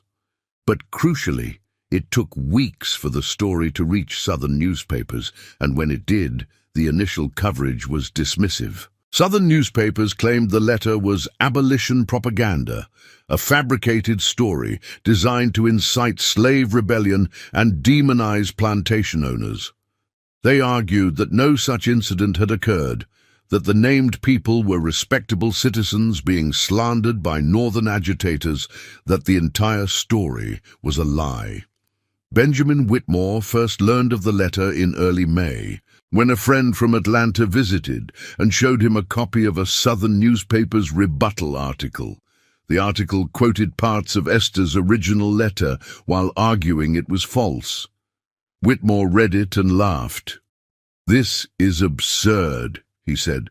"Some abolitionist fanatic invents a grotesque story and attaches real names to make it seem credible. Obviously, it never happened. Our Christmas feast was excellent. Esther prepared her usual perfect meal. There was nothing unusual about it." His friend agreed. They discussed how ridiculous the abolitionists were, how desperate they must be to resort to such obvious fabrications. They never for a moment considered that the story might be true. But the story did not disappear. It continued to spread, growing with each retelling. By June, it had become a topic of conversation throughout the South, not because people believed it was true, but because everyone was talking about how ridiculous and offensive the abolitionist propaganda had become. Plantation owners discussed it at social gatherings, expressing outrage that anyone would believe such an obvious lie. Newspapers continued to publish rebuttals. Ministers gave sermons about how abolitionists were using blasphemous and disgusting stories to attack the divinely ordained institution of slavery. And throughout all of this, Esther cooked meals for the Whitmore family. She served them breakfast, dinner, and supper. She maintained perfect submission. She showed no unusual behavior. Benjamin and Margaret Whitmore never suspected that their cook, the woman who had served them faithfully for 16 years, was the author of the letter that had created such scandal. But Esther knew that revelation was inevitable. The letter was only the first step. Physical evidence still existed. Her written confession was still hidden in her cabin, and most importantly, she had shared enough information with a few trusted people in the enslaved community that the truth would eventually come out through multiple channels. The revelation came in July of 1855 in a way Esther had not predicted. A white man arrived at Whitmore Plantation claiming to be an investigator hired by several Georgia plantation owners to look into the Christmas feast story and definitively prove it was false. This investigator, whose name was recorded in later court documents as Charles Pemberton, had been paid to visit Whitmore Plantation, interview servants, examine records, and produce a report that could be published in Southern newspapers to counter the abolitionist propaganda. Pemberton spent 3 days at the plantation. He interviewed Benjamin and Margaret Whitmore, who insisted the Christmas feast had been normal and excellent. He interviewed Caleb Morrison, who confirmed that Esther had been a model servant since her return to work after being punished for the distress she showed when her children were sold. He interviewed Esther herself, asking her directly if she had any knowledge of the letter published in northern newspapers. Esther denied everything. She claimed she had never heard of any such letter, had no knowledge of any unusual circumstances surrounding the Christmas feast, had prepared the meal exactly as she always did, using conventional ingredients purchased from reputable suppliers. She showed appropriate confusion and offense at the suggestion that anything improper had occurred. Pemberton seemed satisfied. He prepared to write his report declaring the entire story a fabrication. But Pemberton made a mistake. He mentioned in passing to Caleb Morrison that part of his investigation involved searching the quarters for any written materials or unusual items that might indicate enslaved people were communicating with abolitionists or planning resistance. Morrison authorized the search. A group of patrollers accompanied Pemberton through the quarters, entering cabins, searching belongings, looking for anything suspicious. They found Esther's jar. They found her written confession under the floorboard. The discovery created immediate chaos. Pemberton seized the materials, confronted Esther directly, and presented the evidence to Benjamin Whitmore. Whitmore refused to believe it initially. He insisted there must be some mistake, some alternate explanation. But the evidence was overwhelming. The jar contained preserved flesh that appeared to be human. The written confession was detailed and specific. Esther, when confronted by multiple white men in the presence of physical evidence, finally admitted the truth. She told them everything. She described obtaining the flesh from the graves of Josiah and Ruth. She explained her preservation techniques. She detailed exactly how she had incorporated the human meat into the Christmas feast dishes. She named every person who had consumed it. She explained her motivations, the sale of her children, the whipping, her need for justice.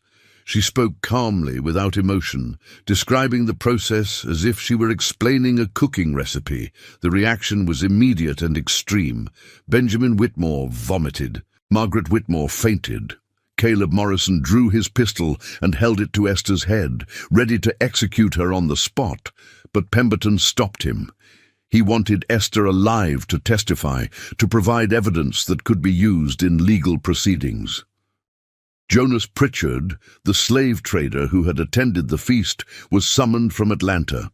When told what he had consumed, he became hysterical, collapsed, and had to be restrained by multiple men.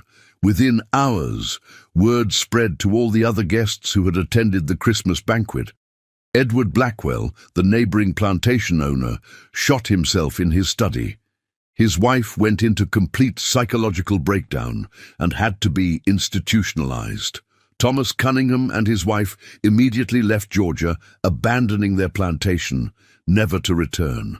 The two drivers from Whitmore Plantation, who had eaten with the whites, were beaten to death by a mob of white men, despite having had no knowledge of or involvement in Esther's actions. The Atlanta friends who had attended were socially ruined. Their businesses collapsed, their families ostracized, their names forever associated with the scandal. The psychological trauma was exactly what Esther had intended. These people would never eat comfortably again. Every meal for the rest of their lives would be contaminated by the memory of what they had unknowingly consumed. The horror would invade their dreams, poison their thoughts, destroy any peace. They had become the very monsters they accused enslaved people of being. Margaret Whitmore's pregnancy ended in miscarriage 3 days after the revelation. The shock and horror had been too much. The child, who had been literally nourished by human flesh while in the womb, died before birth.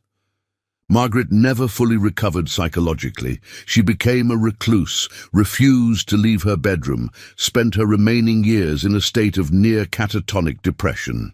Benjamin Whitmore faced complete ruin. The scandal spread throughout Georgia and across the South. He was not charged with cannibalism. Legally, he was a victim, having consumed human flesh without knowledge or consent. But socially, he was destroyed. No one would do business with him. Former friends refused to speak to him. His reputation as a refined gentleman was replaced with a reputation as a cannibal. He tried to sell Whitmore Plantation and leave Georgia, but no one would buy property associated with such horror. Within 6 months, he faced bankruptcy. Within a year, he sold the plantation at a massive loss to a speculator from Charleston who planned to rename it and try to erase its history. The scandal affected slavery throughout the region. Plantation owners across Georgia and neighboring states became paranoid about their own cooks. Some fired all their enslaved kitchen workers and hired poor whites instead, despite the higher cost and lower skill. Others implemented elaborate security measures, tasters who sampled all food before it was served, multiple cooks who supervised each other, restrictions on kitchen access. The fear was pervasive and permanent. The story of Esther became a legend whispered throughout the enslaved community, a proof that resistance was possible, that the powerless could strike back at power in ways masters never imagined. But Esther paid the ultimate price. She was arrested immediately after her confession. She was held in the Fulton County Jail for 3 weeks, while authorities debated what charges to file. Cannibalism itself was not illegal, but murder was, and desecration of corpses was, and conspiracy to commit various crimes was. The legal questions were complex. Esther had not killed anyone, had not created new victims, had used bodies that were already dead. But she had clearly committed grave robbery, desecration of human remains, fraud, and various other offenses. The trial was held in early August of 1855. Esther was not allowed to testify in her own defense. Enslaved people could not testify against white people in Georgia courts. She was assigned a defense attorney who made minimal effort. The prosecution presented the physical evidence, the confession, testimony from the investigator Charles Pemberton, and testimony from Benjamin Whitmore. The trial lasted 1 day. The all-white jury deliberated for less than an hour. They found Esther guilty of multiple charges and recommended death by hanging. The sentencing was scheduled for August 15th. In the 2 weeks between conviction and execution, Esther remained in jail. She was visited by a minister who tried to get her to repent and seek forgiveness. Esther refused. "I did what I had to do," she told him. "They took my children. They destroyed my life. They got what they deserved. I ain't sorry. I'd do it again." The minister left shocked. She was visited by Charles Pemberton, the investigator who had developed a morbid fascination with the case. He asked her detailed questions about her methods, her motivations, her psychological state. Esther answered honestly. She explained her mother's teachings, Aunt Martha's final wisdom, the decision to choose resistance over survival. "I was dead anyway," she said. "My children gone. My husband separated from me. My whole life just cooking for people who treated me like property. What kind of life is that? At least this way," I fought back. "At least this way they'll never forget me." Pemberton eventually published these interviews in a book titled The Georgia Horror, a study of enslaved vengeance, which became notorious throughout the country. Abolitionists used it as evidence of slavery's corrupting influence on all involved, both enslaved and enslaver. Pro-slavery advocates used it as evidence that enslaved people were dangerous and required harsh control. Esther was also visited by Solomon. He traveled from Jameson Plantation with permission, claiming he wanted to say goodbye to his wife before execution. The guards allowed a brief meeting. Solomon held Esther's hands through the bars of her cell. They spoke quietly. "I'm proud of you," Solomon said. "You fought back when no one else could. You showed them we ain't just property, we're human beings who can choose resistance." Esther cried for the first time since the revelation. "Samuel dead," she said. "He died in those Mississippi fields. Worked to death at 15. I wanted justice for him. I wanted them to pay. But it don't bring him back. It don't save Grace or Thomas. I destroyed them, but I couldn't save my babies." Solomon held her. "You gave dignity to all of us," he said. "Every slave in Georgia heard your story. Every master in Georgia fears us now. You showed that we ain't powerless. That's worth something. That's worth everything." On August 15th, 1855, at dawn, Esther was taken from her cell to a public square in Atlanta, where a gallows had been constructed. Hundreds of people gathered. White people who wanted to watch justice carried out. Enslaved people who'd been forced to attend as a warning against resistance. Abolitionists who had traveled from the North to witness and document. The atmosphere was tense, angry, and sad. Esther was led up the steps to the platform. Her hands were bound behind her back. The noose was placed around her neck. A minister stood beside her and asked one final time if she had any last words, any repentance, any prayer for forgiveness. Esther looked out at the crowd. She saw enslaved people in the audience, forced to watch her death. She saw their faces, fear, grief, but also something else. Pride, admiration, recognition that she had done what they all dreamed of doing. She saw white faces, horror, satisfaction, but also fear. Fear that what she had done could be replicated, that their own cooks and servants might be planning similar resistance. She spoke clearly. "I did what I did for my children, Samuel, Grace, and Thomas. They were stolen from me by Benjamin Whitmore, sold away for money. I couldn't get them back. I couldn't protect them. Samuel dead now, worked to death at 15 years old. Grace and Thomas suffering somewhere I can't reach. So I made the people who did this pay. I made them into monsters. I made them eat what they created. A system that treats human beings like meat to be bought and sold. Y'all horrified by what I did? Good. Be horrified. Because this is what slavery creates. This is what happens when you treat people like property. You make us into things that will do anything to fight back. You made me. Now you got to live with what I became." She paused, looking directly at Benjamin Whitmore, who had been forced to attend the execution. You thought you could take my children, and I'd just accept it. You thought you could whip me, and I'd just submit. You thought I was property, not a person. You were wrong. I'm human. I got intelligence. I got knowledge. I got the ability to choose resistance over survival. And I chose to make you pay. How that Christmas ham tastes now, Master? You ever going to forget what you ate? You ever going to sleep easy again? Good. Live with it. Die with it. Rot with it. The executioner prepared to pull the lever. Esther looked at the enslaved people in the crowd one more time. Don't forget, she said. Remember this. Tell the story. Let them know we can fight back. Let them fear us. We ain't property. We're human beings, and human beings fight back. The lever was pulled. Esther dropped. The noose tightened. She died within minutes. Her body was left hanging for 3 hours, as required by law, a warning to all enslaved people of the consequences of resistance. Then it was cut down and buried in an unmarked grave in a pauper's cemetery outside Atlanta. But death was not the end of Esther's story. The legend grew. Enslaved people throughout the South told and retold her story in whispers after dark, in hush harbors where whites could not hear, in the coded lyrics of spirituals. The woman who made them eat themselves. The cook who served justice cold. The mother who took revenge for her stolen children. The story evolved with each telling, but the core remained.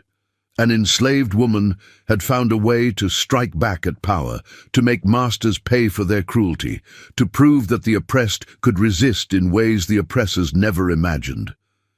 The story reached Solomon.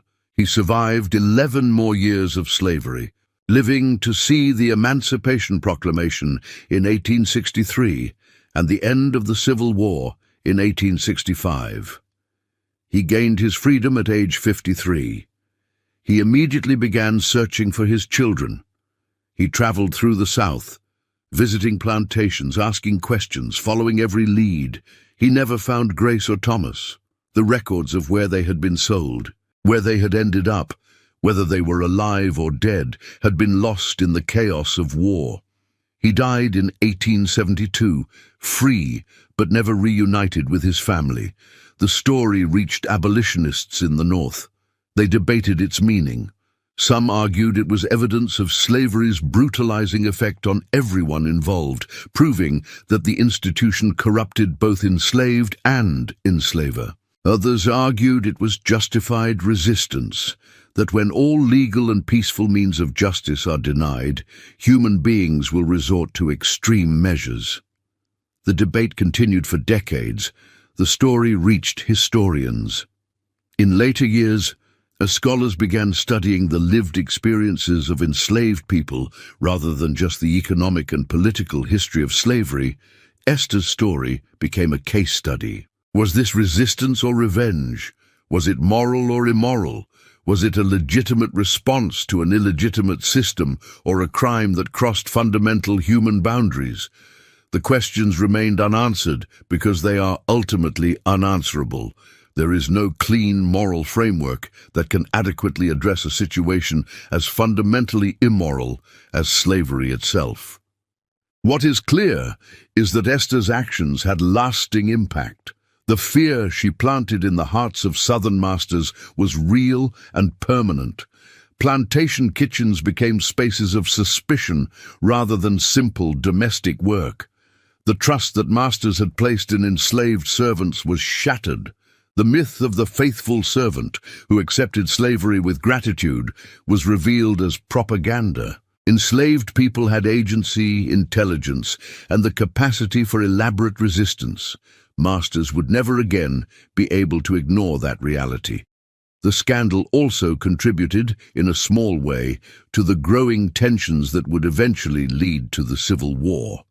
The story circulated widely in the North, strengthening abolitionist arguments that slavery created conditions so horrific that desperate acts of resistance were inevitable.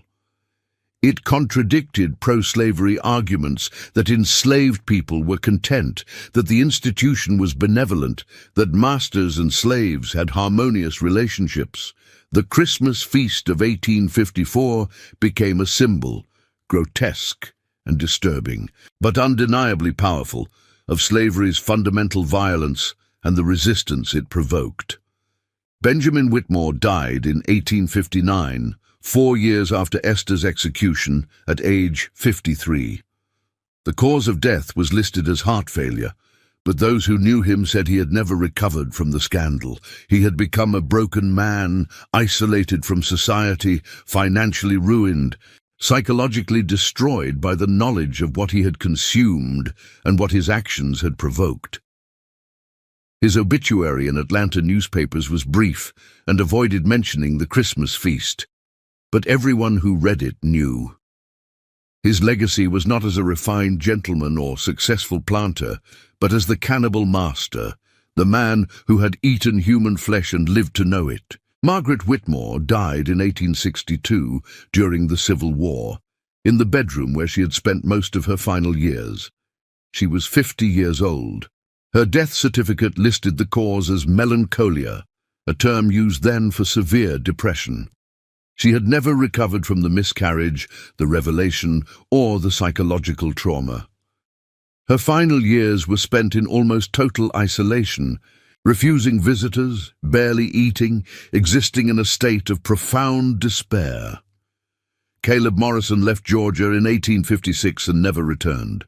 He moved west, changing his name, trying to escape the association with Whitmore Plantation. He died in Kansas in 1864 during the border conflicts that preceded the Civil War, killed by anti-slavery guerrillas who recognized him from wanted posters describing his role as an overseer who had tortured enslaved people. His death was not gentle. The 2 drivers who had been killed by the white mob in the immediate aftermath of the revelation were buried in unmarked graves. Their names are not recorded in any surviving documents. They were casualties of white rage, scapegoats for crimes they had not committed, victims of a system that used black bodies as outlets for white anger and fear. Esther's assistant cooks, Dinah and the others who had worked in the kitchen, were questioned extensively but eventually cleared of involvement. They had genuinely known nothing about Esther's plans. They continued working for whoever eventually purchased Whitmore Plantation, carrying the secret knowledge that they had served meals prepared by a woman who had committed one of the most audacious acts of resistance in the history of American slavery. The modern legacy of Esther's story is complicated. For descendants of enslaved people, she represents resistance, agency, and the refusal to accept oppression passively. She proves that enslaved people were not victims without power, but human beings who found ways to fight back even in the most oppressive conditions. For descendants of slaveholders, those willing to confront this history honestly, she represents the consequences of treating human beings as property, the inevitable resistance that oppression creates, the moral rot at the heart of slavery. For historians, Esther represents a challenge. How do we tell stories of extreme resistance without sensationalizing violence?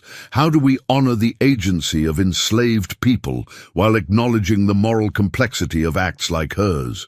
How do we understand the psychological state of someone pushed to such extremity?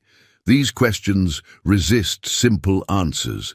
What cannot be disputed is that Esther was a woman of extraordinary intelligence, patience, and determination. She mastered multiple complex skills: cooking, herb knowledge, anatomy, preservation techniques, strategic planning, psychological manipulation. She maintained a perfect facade for months while implementing an elaborate plan. She understood the vulnerabilities in the system of slavery and exploited them brilliantly. She was not a victim without agency. She was a strategic thinker who made difficult choices under impossible conditions. Her story also reveals something important about the nature of slavery itself. The institution depended on proximity, on enslaved people working in intimate spaces with masters, preparing their food, caring for their children, knowing their habits and vulnerabilities. This proximity was supposed to create control, but it also created opportunity. The very structure of slavery, the dependence of masters on enslaved labor, meant that enslaved people had access to resources and information that could be weaponized. Esther understood this and used it. In the decades after Esther's execution, the story took on new meanings with each generation. During Reconstruction, it was told as a cautionary tale about the violent passions slavery had unleashed. During Jim Crow, it was suppressed by white historians who wanted to promote the myth of the lost cause and the happy slave.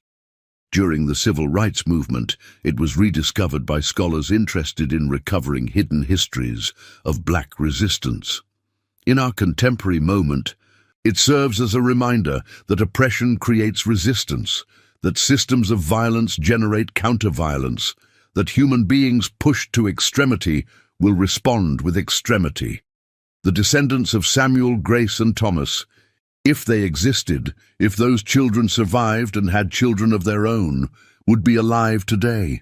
Part of the millions of black Americans whose family trees include branches broken by slavery, names lost, connections severed. They would carry Esther's DNA, her resilience, her refusal to accept oppression.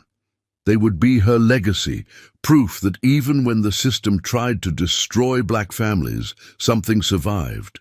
If you're feeling disturbed by this story, that's appropriate. This is disturbing history. This is the reality of what slavery created. A system so violent, so dehumanizing, so fundamentally evil that it drove human beings to acts of desperate resistance that violated every moral boundary. Esther's story should make us uncomfortable. It should challenge our simple narratives about heroic resistance and passive victims. It should force us to confront the moral complexity of extreme oppression and extreme response. But if you're feeling that Esther's actions were unjustifiable, ask yourself, what would justify them? What level of oppression excuses resistance? If not the sale of her children, what? If not the destruction of her family, what? If not 200 years of slavery, what?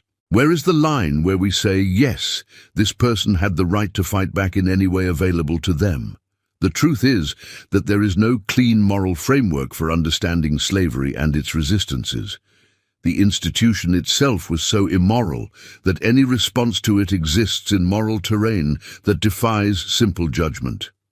We can acknowledge that what Esther did was extreme, was horrifying, crossed fundamental taboos, and simultaneously acknowledge that the system she was responding to was worse, had done worse to millions of people for centuries, and had left her with no legitimate alternatives. This is the history that made America. Not just the plantations and the cotton and the wealth extracted from black bodies, also the resistance, the rebellions, the acts of vengeance, the refusal to submit, the determination to fight back, even when fighting back meant crossing lines that should never be crossed. This is the full story. This is the truth that cannot be sanitized or simplified. Remember Esther. Remember her intelligence, her determination, her refusal to accept what was done to her and her children. Remember that she was not an exception. She was one of millions of enslaved people who found ways to resist, to fight back, to assert their humanity in a system designed to destroy it. Remember that the end of slavery in 1865 did not end the legacy of slavery, that we still live with its consequences, that racism and inequality and injustice continue because the systems and ideologies that sustained slavery were never fully dismantled. Remember Samuel, who died at 15 in a Mississippi cotton field. Remember Grace, sold to a New Orleans brothel at 11 years old. Remember Thomas, shipped to Cuba at 7 to cut sugarcane. Remember Josiah, whipped to death and left in the woods. Remember Ruth, who died in childbirth and was buried in shame. Remember the millions whose names we don't know, whose stories were never recorded, whose resistance was invisible or forgotten or deliberately erased. This is American history. This is the foundation. This is the truth. And the only way to honor these stories, the only way to give meaning to this suffering, is to ensure it never happens again. Not slavery itself, which ended in 1865, but the systems of oppression and dehumanization that continue in different forms. Mass incarceration, police violence, economic exploitation, educational inequality, healthcare disparities, voting restrictions. All of these are legacies of slavery, echoes of the same ideology that treated black people as property rather than humans. The fight that Esther began, the fight for dignity, for recognition of full humanity, for justice, continues. Different battlefield, same war. She fought with the tools available to her in 1854. We fight with the tools available to us now. But we fight. We resist. We refuse to accept oppression. We honor her memory by continuing her work. What did we learn from Esther's story? What do you take from it? How does it change your understanding of slavery, of resistance, of justice? These are questions you need to answer for yourself. These are conversations we need to have with our families, our communities, our society. These are the truths we need to face if we're ever going to build a country that lives up to its claimed ideals. Esther's story doesn't have a happy ending. Very few stories from slavery do, but it has meaning. It has power. It refuses to be forgotten. And that refusal, that insistence on being remembered, on being known, on having the truth told, is itself a form of resistance that continues to this day. If this story moved you, if it made you think, if it challenged you, then leave a comment below. Share your thoughts. Tell us, was Esther's revenge justified? What would you have done in her place? How should we remember stories like this? And most importantly, what are you doing today to fight against the systems of oppression that are slavery's legacy? Subscribe to this channel if you want more hidden histories, more stories of resistance, more truths that textbooks won't teach you. Hit that like button if you believe these stories matter. Share this video with someone who needs to know this history. Turn on notifications so you don't miss upcoming episodes. Because the only thing worse than confronting this difficult history is forgetting it. The only thing worse than knowing what happened is pretending it didn't. The only thing worse than feeling uncomfortable about America's past is remaining comfortable with America's present. Remember Esther, tell her story, continue her fight. That's how we honor her. That's how we honor them all.